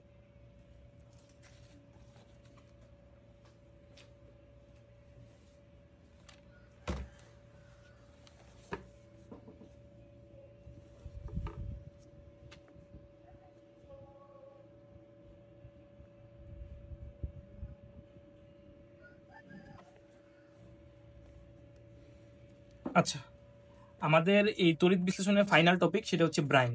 তাহলে দেখো আমরা এতক্ষণ কি পড়ছি, আমরা এতক্ষণ প্রথমবার পড়লাম হচ্ছে গিয়ে আমাদের সোডিয়াম ক্লোরাইড যদি অ্যাকুয়াস হয় তাহলে কি হবে, দ্বিতীয়বার বললাম সোডিয়াম ক্লোরাইড যদি লিকুইড হয় তাহলে কি হবে। আচ্ছা, এখন আমরা দেখব যদি আমার সোডিয়াম ক্লোরাইড ব্রাইন হয়। ব্রাইন মানে কি, ব্রাইন জিনিসটাকে একটু বুঝে নিই। ব্রাইন মানে হচ্ছে গিয়ে NaCl এর সম্পৃক্ত দ্রবণ, মানে যেইখানে আমার NaCl আর পানি দুইটা সমান সমান পরিমাণ আছে। তাহলে এই দুইজন যদি সমান পরিমাণ থাকে তাহলে তুমি একটু খেয়াল করো তো এর আগে কি হয়েছিল, অ্যাকুয়াস থাকার ফলে পানির পরিমাণ বেশি, ফলে পানি প্রায়োরিটি পাইছিল, যেখানে লিকুইড থাকার ফলে আমার দ্রব প্রায়োরিটি পাইছিল। তাহলে এখানে কি হবে, এখানে তো কেউ প্রায়োরিটি পাচ্ছে না, NaCl পানি দুইটাই সমান সমান পরিমাণ, তাহলে বিক্রিয়া কি হবে, তাহলে খেয়াল করো ভাই কি করতেছে। এখানে তখন মূল বিক্রিয়া তার হবে যার জারণ এবং বিজারণ পাওয়ার বেশি। কি বললাম, যার জারণ এবং বিজারণ পাওয়ার বেশি। গৌণ বিক্রিয়া সে দিবে যার হচ্ছে গিয়ে জারণ এবং বিজারণ পাওয়ার কম। এই জিনিসটা একটু বুঝে নিই ভালো করে। দেখো আমার এইখানে যখন আমি পড়ছিলাম তখন আমি দেখছিলাম যে আমার এখানে যতগুলো আয়ন আছে তার মধ্যে কি কি আয়ন আছে, sodium H plus, chlorine minus, OH minus, plus ion দুইটা Na প্লাস আর H প্লাস। ভালো করে মনে রাখবা Na প্লাস আর H প্লাস এর মধ্যে H প্লাস এর ক্ষমতা বেশি। ক্ষমতা বেশি মানে তার সক্রিয়তা বেশি, মানে প্লাস আয়নের ভিতর যত প্লাস আয়ন আছে তাদের মধ্যে এইচ প্লাসের সক্রিয়তা এন এ প্লাসের তুলনায় বেশি। অন্যদিকে তোমার OH মাইনাস এবং Cl মাইনাস যে দুইটা মাইনাস আয়ন আছিল, এই দুইটা মাইনাস আয়নের মধ্যে ক্লোরিন মাইনাসের সক্রিয়তা OH মাইনাসের সক্রিয়তার তুলনায় বেশি। এর ফলে দেখো তাহলে বিক্রিয়াটা কি ঘটতেছে, এর ফলে যখন আমরা ব্রাইন নিব তখন আমার মূল বিক্রিয়া ঘটবে আমার যেই দুইজনের ক্ষমতা বেশি আছিল, অর্থাৎ দেখো মাইনাসদের মধ্যে যে দুইটা মাইনাস ছিল তার মধ্যে ক্লোরিন মাইনাসের ক্ষমতা বেশি আছিল, আর যে দুইটা প্লাস ছিল তার মধ্যে এইচ প্লাসের ক্ষমতা বেশি আছিল। এর ফলে আমি সংক্ষিপ্তভাবে মনে রাখতাম, এভাবে মুখস্থ রাখতাম যে মূল হচ্ছে এখানে এইচ প্লাস আর Cl মাইনাস, এই জন্য মূল HCl। জাস্ট এক কথায় আমাদের মনে থাকবে আশা করি। তাহলে দেখো Cl মাইনাস কি করছে, দুইটা ইলেকট্রন ত্যাগ করে ক্লোরিন গ্যাস উৎপন্ন করতেছে। ঠিক সেম ভাবে দুইটা হাইড্রোজেন দুইটা ইলেকট্রন গ্রহণ করে হাইড্রোজেন গ্যাস উৎপন্ন করতেছে। অন্যদিকে গৌণ বিক্রিয়ায় OH মাইনাস 4 মোল ইলেকট্রন ত্যাগ করে পানি আর অক্সিজেন উৎপন্ন করতেছে, সোডিয়াম ইলেকট্রন গ্রহণ করে সোডিয়াম উৎপন্ন করতেছে। এই সব বিক্রিয়াগুলো সব সেম। আমার ক্ষেত্রে বুঝার ব্যাপারটা হচ্ছে গিয়ে, যদি আমি আমার এইখানে তড়িৎ বিশ্লেষণের মধ্যে সোডিয়াম ক্লোরাইড অ্যাকুয়াসের বিক্রিয়া দুইটা বুঝতে পারি, অর্থাৎ মূল বিক্রিয়া কি গৌণ বিক্রিয়া কি, বাদ বাকিগুলো সবগুলা কিন্তু বিক্রিয়া সেম। যেমন দেখো আমাদের এইখানে সবকিছু একবারে দেওয়া আছে। প্রথমত দেওয়া আছে সোডিয়াম ক্লোরাইড অ্যাকুয়াস হলে কি কি বিক্রিয়া হবে, সোডিয়াম ক্লোরাইড তরল হলে অর্থাৎ লিকুইড হলে কি কি বিক্রিয়া হবে, আবার যদি সোডিয়াম ক্লোরাইড ব্রাইন হয় তাহলে কি কি বিক্রিয়া হবে। তোমরা এই পুরো খাতাটার একটা স্ক্রিনশট নিয়ে রাখতে পারো যাতে তোমাদের জন্য পরবর্তীতে বুঝতে সুবিধা হয়। আমাদের এখনো টপিক হচ্ছে ফ্যারাডের সূত্র। চলো দেখে নেই ফ্যারাডের সূত্র কি বলছে। তার আগে আমরা একটু বুঝি যে আমরা লাস্ট ক্লাসে যেটা পড়ে আসছিলাম, আমরা একটু আগে যেটা পড়ে আসছিলাম যে আমাদের এইখানে আমাদের ক্যাথোডের ভিতর খেয়াল করে দেখো সোডিয়াম পরমাণু কিন্তু জমা হচ্ছিল। তাই এই যে পরমাণু অর্থাৎ কতটুকু পরমাণু জমা হবে এই জিনিসটা বের করার জন্য আমাদের বিজ্ঞানী ফ্যারাডে একটি সূত্র দিয়েছেন, যার সাহায্যে আমরা খুব সহজভাবে কতটুকু চার্জ এখানে প্রদান করা হয়েছে তার মাধ্যমে আমরা নির্ণয় করতে পারবো যে আমার এই ক্যাথোডে কি পরিমাণ দ্রব্য সঞ্চিত হবে। আচ্ছা, আমি এইখানে যখন সোডিয়াম নিয়েছিলাম তখন আমার এইখানে সোডিয়ামের প্রলেপ পড়ছিল। যদি আমি এইখানে সোডিয়ামের বদলে অন্য কোন ধাতু নিই, অর্থাৎ কপার অথবা স্বর্ণ অথবা রূপা, তাহলে এইখানে কিন্তু রূপার প্রলেপ, স্বর্ণের প্রলেপ, কপারের প্রলেপ পড়বে। তাহলে জিনিসটা কিন্তু খুবই সেন্সিটিভ। আমাদের কাছে কিন্তু গোল্ড খুব লিমিটেড, অর্থাৎ গোল্ডের দাম কিন্তু প্রচুর। তাই আমাদেরকে খুব বুঝে শুনে এই জিনিসটার উপর গোল্ডের প্রলেপ দিতে হবে, যেই কাজটা আমরা বিভিন্ন ধরনের ইন্ডাস্ট্রিতে করে থাকি। অর্থাৎ একটা চেইন, সেই চেইনের উপর আমরা কতটুকু গোল্ডের প্রলেপ দিলে, অর্থাৎ কতটুকু গোল্ড খরচ করা হলে আমার উক্ত চেনের ভিতর পুরাটুকু গোল্ডের প্রলেপ দিতে আমি সক্ষম হব, সেই পরিমাণটা কিন্তু আমরা খুব সহজে নির্ণয় করতে পারি। এই জন্য মূলত এই ফ্যারাডের সূত্রটা ব্যবহার করা হয়। চলো আমরা দেখে নেই যে ফ্যারাডের সূত্রটা আসলে কি। দেখো ফ্যারাডের সূত্র বলছে কোন তড়িৎ বিশ্লেষ্য পদার্থের মধ্য দিয়ে তুমি যদি তড়িৎ প্রবাহিত করো তাহলে অ্যানোডে দ্রবীভূত অথবা ক্যাথোডে সঞ্চিত পদার্থের পরিমাণ হবে প্রবাহিত চার্জের সমানুপাতিক। অর্থাৎ এখানে অ্যানোড থেকে দ্রবীভূত অথবা এই যে ক্যাথোডে যে পরিমাণ পদার্থ সঞ্চিত হয় সেইটা আমার এইখানে যে ব্যাটারি আছে, আমি ব্যাটারিতে যতটুকু চার্জ প্রদান করছি অর্থাৎ যতটুকু কিউ অর্থাৎ চার্জ প্রদান করছি, আমার এইখানে ঠিক ততটুকুই ডাব্লু অর্থাৎ দ্রব্য সঞ্চিত হবে। তাহলে বিষয়টা আসলে খুবই ইজি। কি হবে দেখো, আমি এইখানে যতটুকু চার্জ দিতেছি, যদি আমি চার্জ দিই হচ্ছে কথার কথা 10 ভোল্ট, তাহলে আমি এখানে যেই পরিমাণ পদার্থ পাবো, যেই পরিমাণ সোডিয়াম আমি এখানে জমা হিসেবে পাবো, আমি যদি এখানে 10 ভোল্টকে 20 ভোল্ট করে দিলাম তাহলে আমি দ্রব্য বেশি পাবো না ভাই? খুবই সিম্পল জিনিস। তো 10 ভোল্টের বিনিময়ে আমি যে দ্রব্য পাচ্ছি 20 ভোল্টের বিনিময়ে আমি তার থেকে বেশি দ্রব্য পাবো। অর্থাৎ এখানে ব্যাটারি যদি আমি পরিমাণ বাড়ায় দিই, অর্থাৎ ব্যাটারির সাইজ বড় করে দিই অথবা ব্যাটারির ক্যাপাসিটি বড় করে দিই, তখন আমি কি করব, তখন আমি আমার দ্রব্যের পরিমাণ অর্থাৎ সঞ্চিত দ্রব্যের পরিমাণ বেশি পাবো। অন্যদিকে আমি যদি এখানে ক্যাপাসিটি কমায় দিই তাহলে আমি কম পরিমাণ দ্রব্য পাবো। তাহলে এটাই তো বিষয়টা। আমাদের বিজ্ঞানী ফ্যারাডে এই বিষয়টাকে খেয়াল করেছেন এবং তিনি এর মাধ্যমে একটা সূত্র আমাদেরকে প্রদান করেছেন। সেই সূত্রটাই হচ্ছে যে আমার যে পরিমাণ দ্রব্য সঞ্চিত হবে সেটা আমার প্রবাহিত চার্জের সমানুপাতিক। এখানে আমি তোমাদেরকে বুঝাবার জন্য সহজভাবে ভোল্টেজ দিয়ে বুঝিয়ে দিছি, কিন্তু আমার মেইন সূত্রটা হচ্ছে প্রবাহিত চার্জ আর যে পরিমাণ দ্রব্য সঞ্চিত হবে এই দুইটা পরস্পরের সমানুপাতিক। আচ্ছা, তাহলে দেখো এখানে সমানুপাতিক চিহ্ন ওঠানোর জন্য আমি একটা ধ্রুবক নিয়ে আসলাম যেটাকে বলা হয় জেড। এই জেড কে বলা হয় তড়িৎ রাসায়নিক তুল্যাঙ্ক। কি বলা হয়? তড়িৎ রাসায়নিক তুল্যাঙ্ক। আচ্ছা, তো এটা বলা হয় জেড এর ভ্যালু। জেড এর ভ্যালু হচ্ছে তড়িৎ রাসায়নিক তুল্যাঙ্ক। জেড দুইভাবে ব্যবহার করা যায়, দুইভাবে বের করা যায়, এটা আমরা পরবর্তীতে পড়বো। আচ্ছা, তাহলে দেখো জেড দিয়ে আসলে কি বোঝায়। আমরা যদি এখান থেকে জেড এর মানটা আলাদা বের করতে পারি, তাহলে জেড ইকুয়াল টু আসবে ডাব্লিউ বাই কিউ। একটু খেয়াল করে দেখো আসলে জেড দিয়ে কি বোঝায়, আমরা সহজে বুঝি না, এটা মাঝে মধ্যে তোমাদের অনুধাবনে আসে যে জেড অর্থাৎ তড়িৎ রাসায়নিক তুল্যাঙ্ক বলতে কি বুঝো। আচ্ছা, আমি ধরো বলে দিলাম যে তড়িৎ রাসায়নিক তুল্যাঙ্কের মান 20, তাহলে এই 20 দিয়ে তুমি আসলে কি বুঝতেছো। আচ্ছা, এই জিনিসটা আমরা ব্যাখ্যা করি। তাহলে দেখো এটা থেকে আমি খুব ইজিলি ব্যাখ্যা করতে পারবো। যদি আমার চার্জের পরিমাণ হয় 1, অর্থাৎ 1 কুলম চার্জ হয়, আমি যদি 1 কুলম চার্জ কোন একটা তড়িৎ দ্বারে আমি প্রবাহিত করি, তাহলে আমার যদি 20 গ্রাম দ্রব্য সঞ্চিত হয়, তাহলে তখন আমি বলতে পারবো যে আমার সেটা তড়িৎ রাসায়নিক তুল্যাঙ্ক হচ্ছে 20। তাহলে কি বুঝাইতেছে, এটাই বুঝাইতেছে আমি 1 কুলম চার্জ কোন একটা তড়িৎ দ্বারে প্রদানের মাধ্যমে আমি কতটুকু দ্রব্য সঞ্চিত করতে পারছি, এটাই হচ্ছে তড়িৎ রাসায়নিক তুল্যাঙ্কের মান। আচ্ছা, তাহলে এটা গেল আমাদের ক্ষয়ের কোশ্চেন।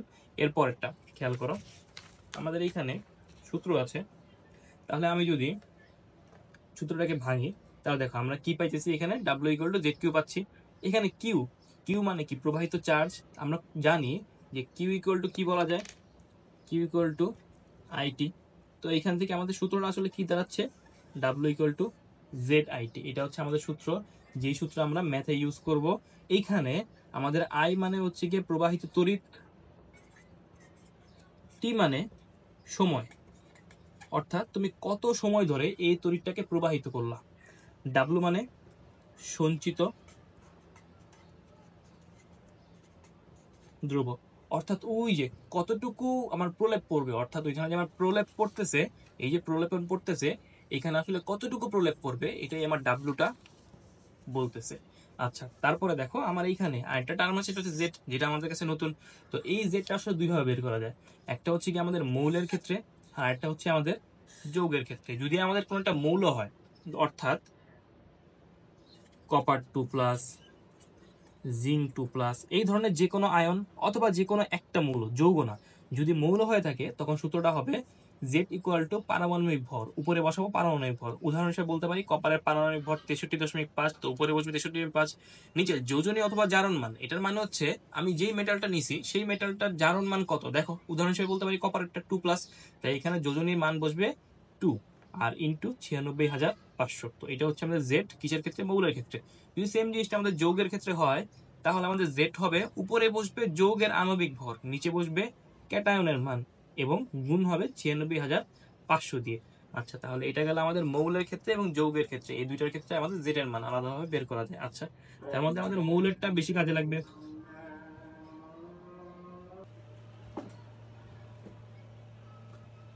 তাহলে দেখো আমি তোমাদের জন্য এখানে একটা ম্যাথ রেডি করে রাখছি, যাতে আমাদের আগের সূত্রটা বুঝতে খুবই সহজ হয়। খেয়াল করে দেখো, আমি এখানে একটা চামচ রাখছি, ঠিক যে আগের চামচটা তোমরা যেটা দেখছিলে ওই চামচটাই।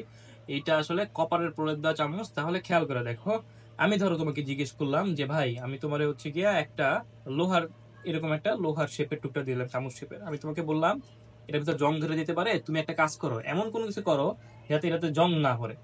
তুমি তো বিজ্ঞানী, তুমি কি করলা, তুমি এই চামচটা নিলা, নিয়ে বললা আচ্ছা, তো এটারে তো ইলেকট্রোপ্লেটিং করা যায়। যদি ইলেকট্রোপ্লেটিং করতে পারি, তাহলে হচ্ছে কি আমার এটার উপর দিয়ে কপারের প্রলেপ দিয়ে দিব, যেটা কপার দামেও সস্তা আছে তুলনামূলক। তুমি গোল্ডের প্রলেপ দিতে পারো, কিন্তু গোল্ড যেহেতু দামি, এই জন্য আমরা কপার দিয়ে চেষ্টা করবো।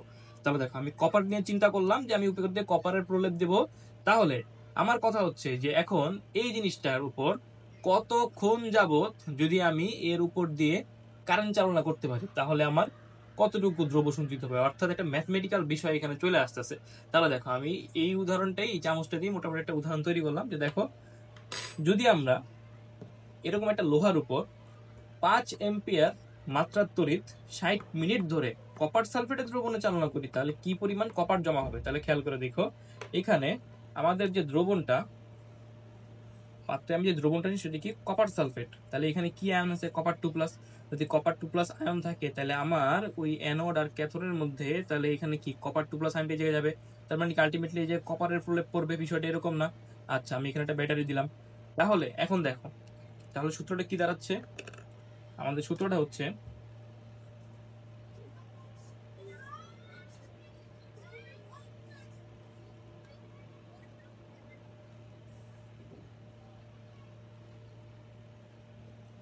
আমাদের সূত্রটা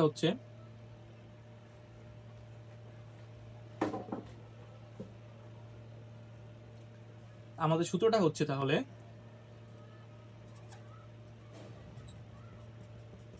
W = ZIT। এই সূত্রটা আমরা একটু আগে পড়ে আসছি। তাহলে দেখো এখানে জেড এর মানটা আমি একটু পাশে বের করে নিব। আমি তোমাদের জন্য সুবিধার্থে জেড এর সূত্রটা লিখে রাখছি। দেখো জেড এর সূত্রটা কি? সূত্রটা হচ্ছে উপরে বসাইতে হবে আমার পারমাণবিক ভর, নিচে যোজনী অথবা জারণ মান ইনটু গুণ হবে 96,500 দিয়ে। আচ্ছা, পারমাণবিক ভরকে এমন সময় এম দিয়ে প্রকাশ করি, যোজনী জারণ মানকে আমরা এন দিয়ে প্রকাশ করি ইনটু 96,500। তাহলে দেখো এখানে যে এম, সেটা কার এম? Copper sulphate.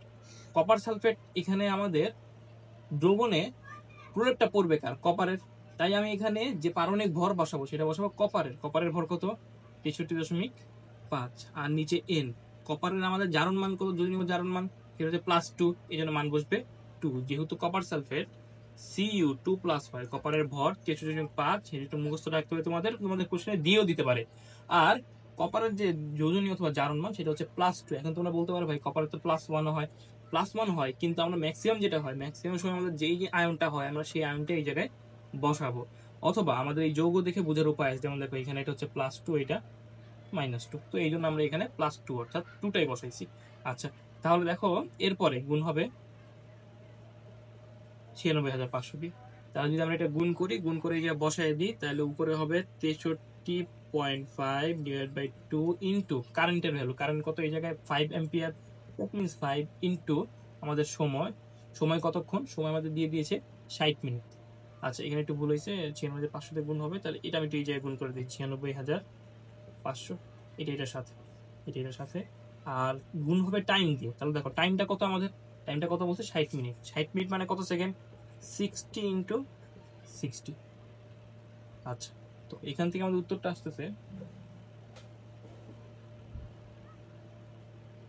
5.87 গ্রাম কপার 2+।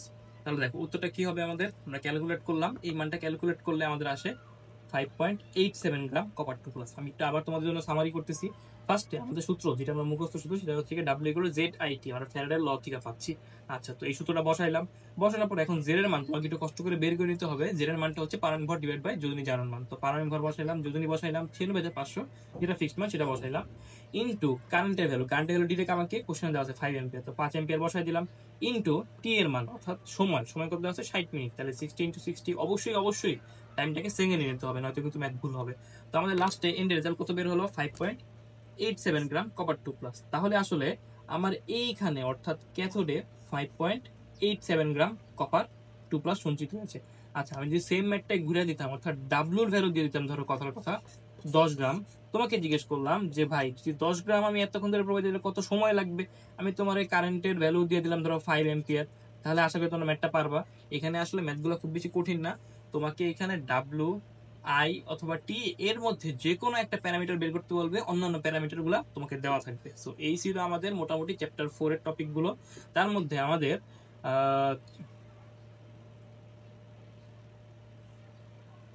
তো এই ছিল মোটামুটি আমাদের চ্যাপ্টার 4 এর যাবতীয় টপিক।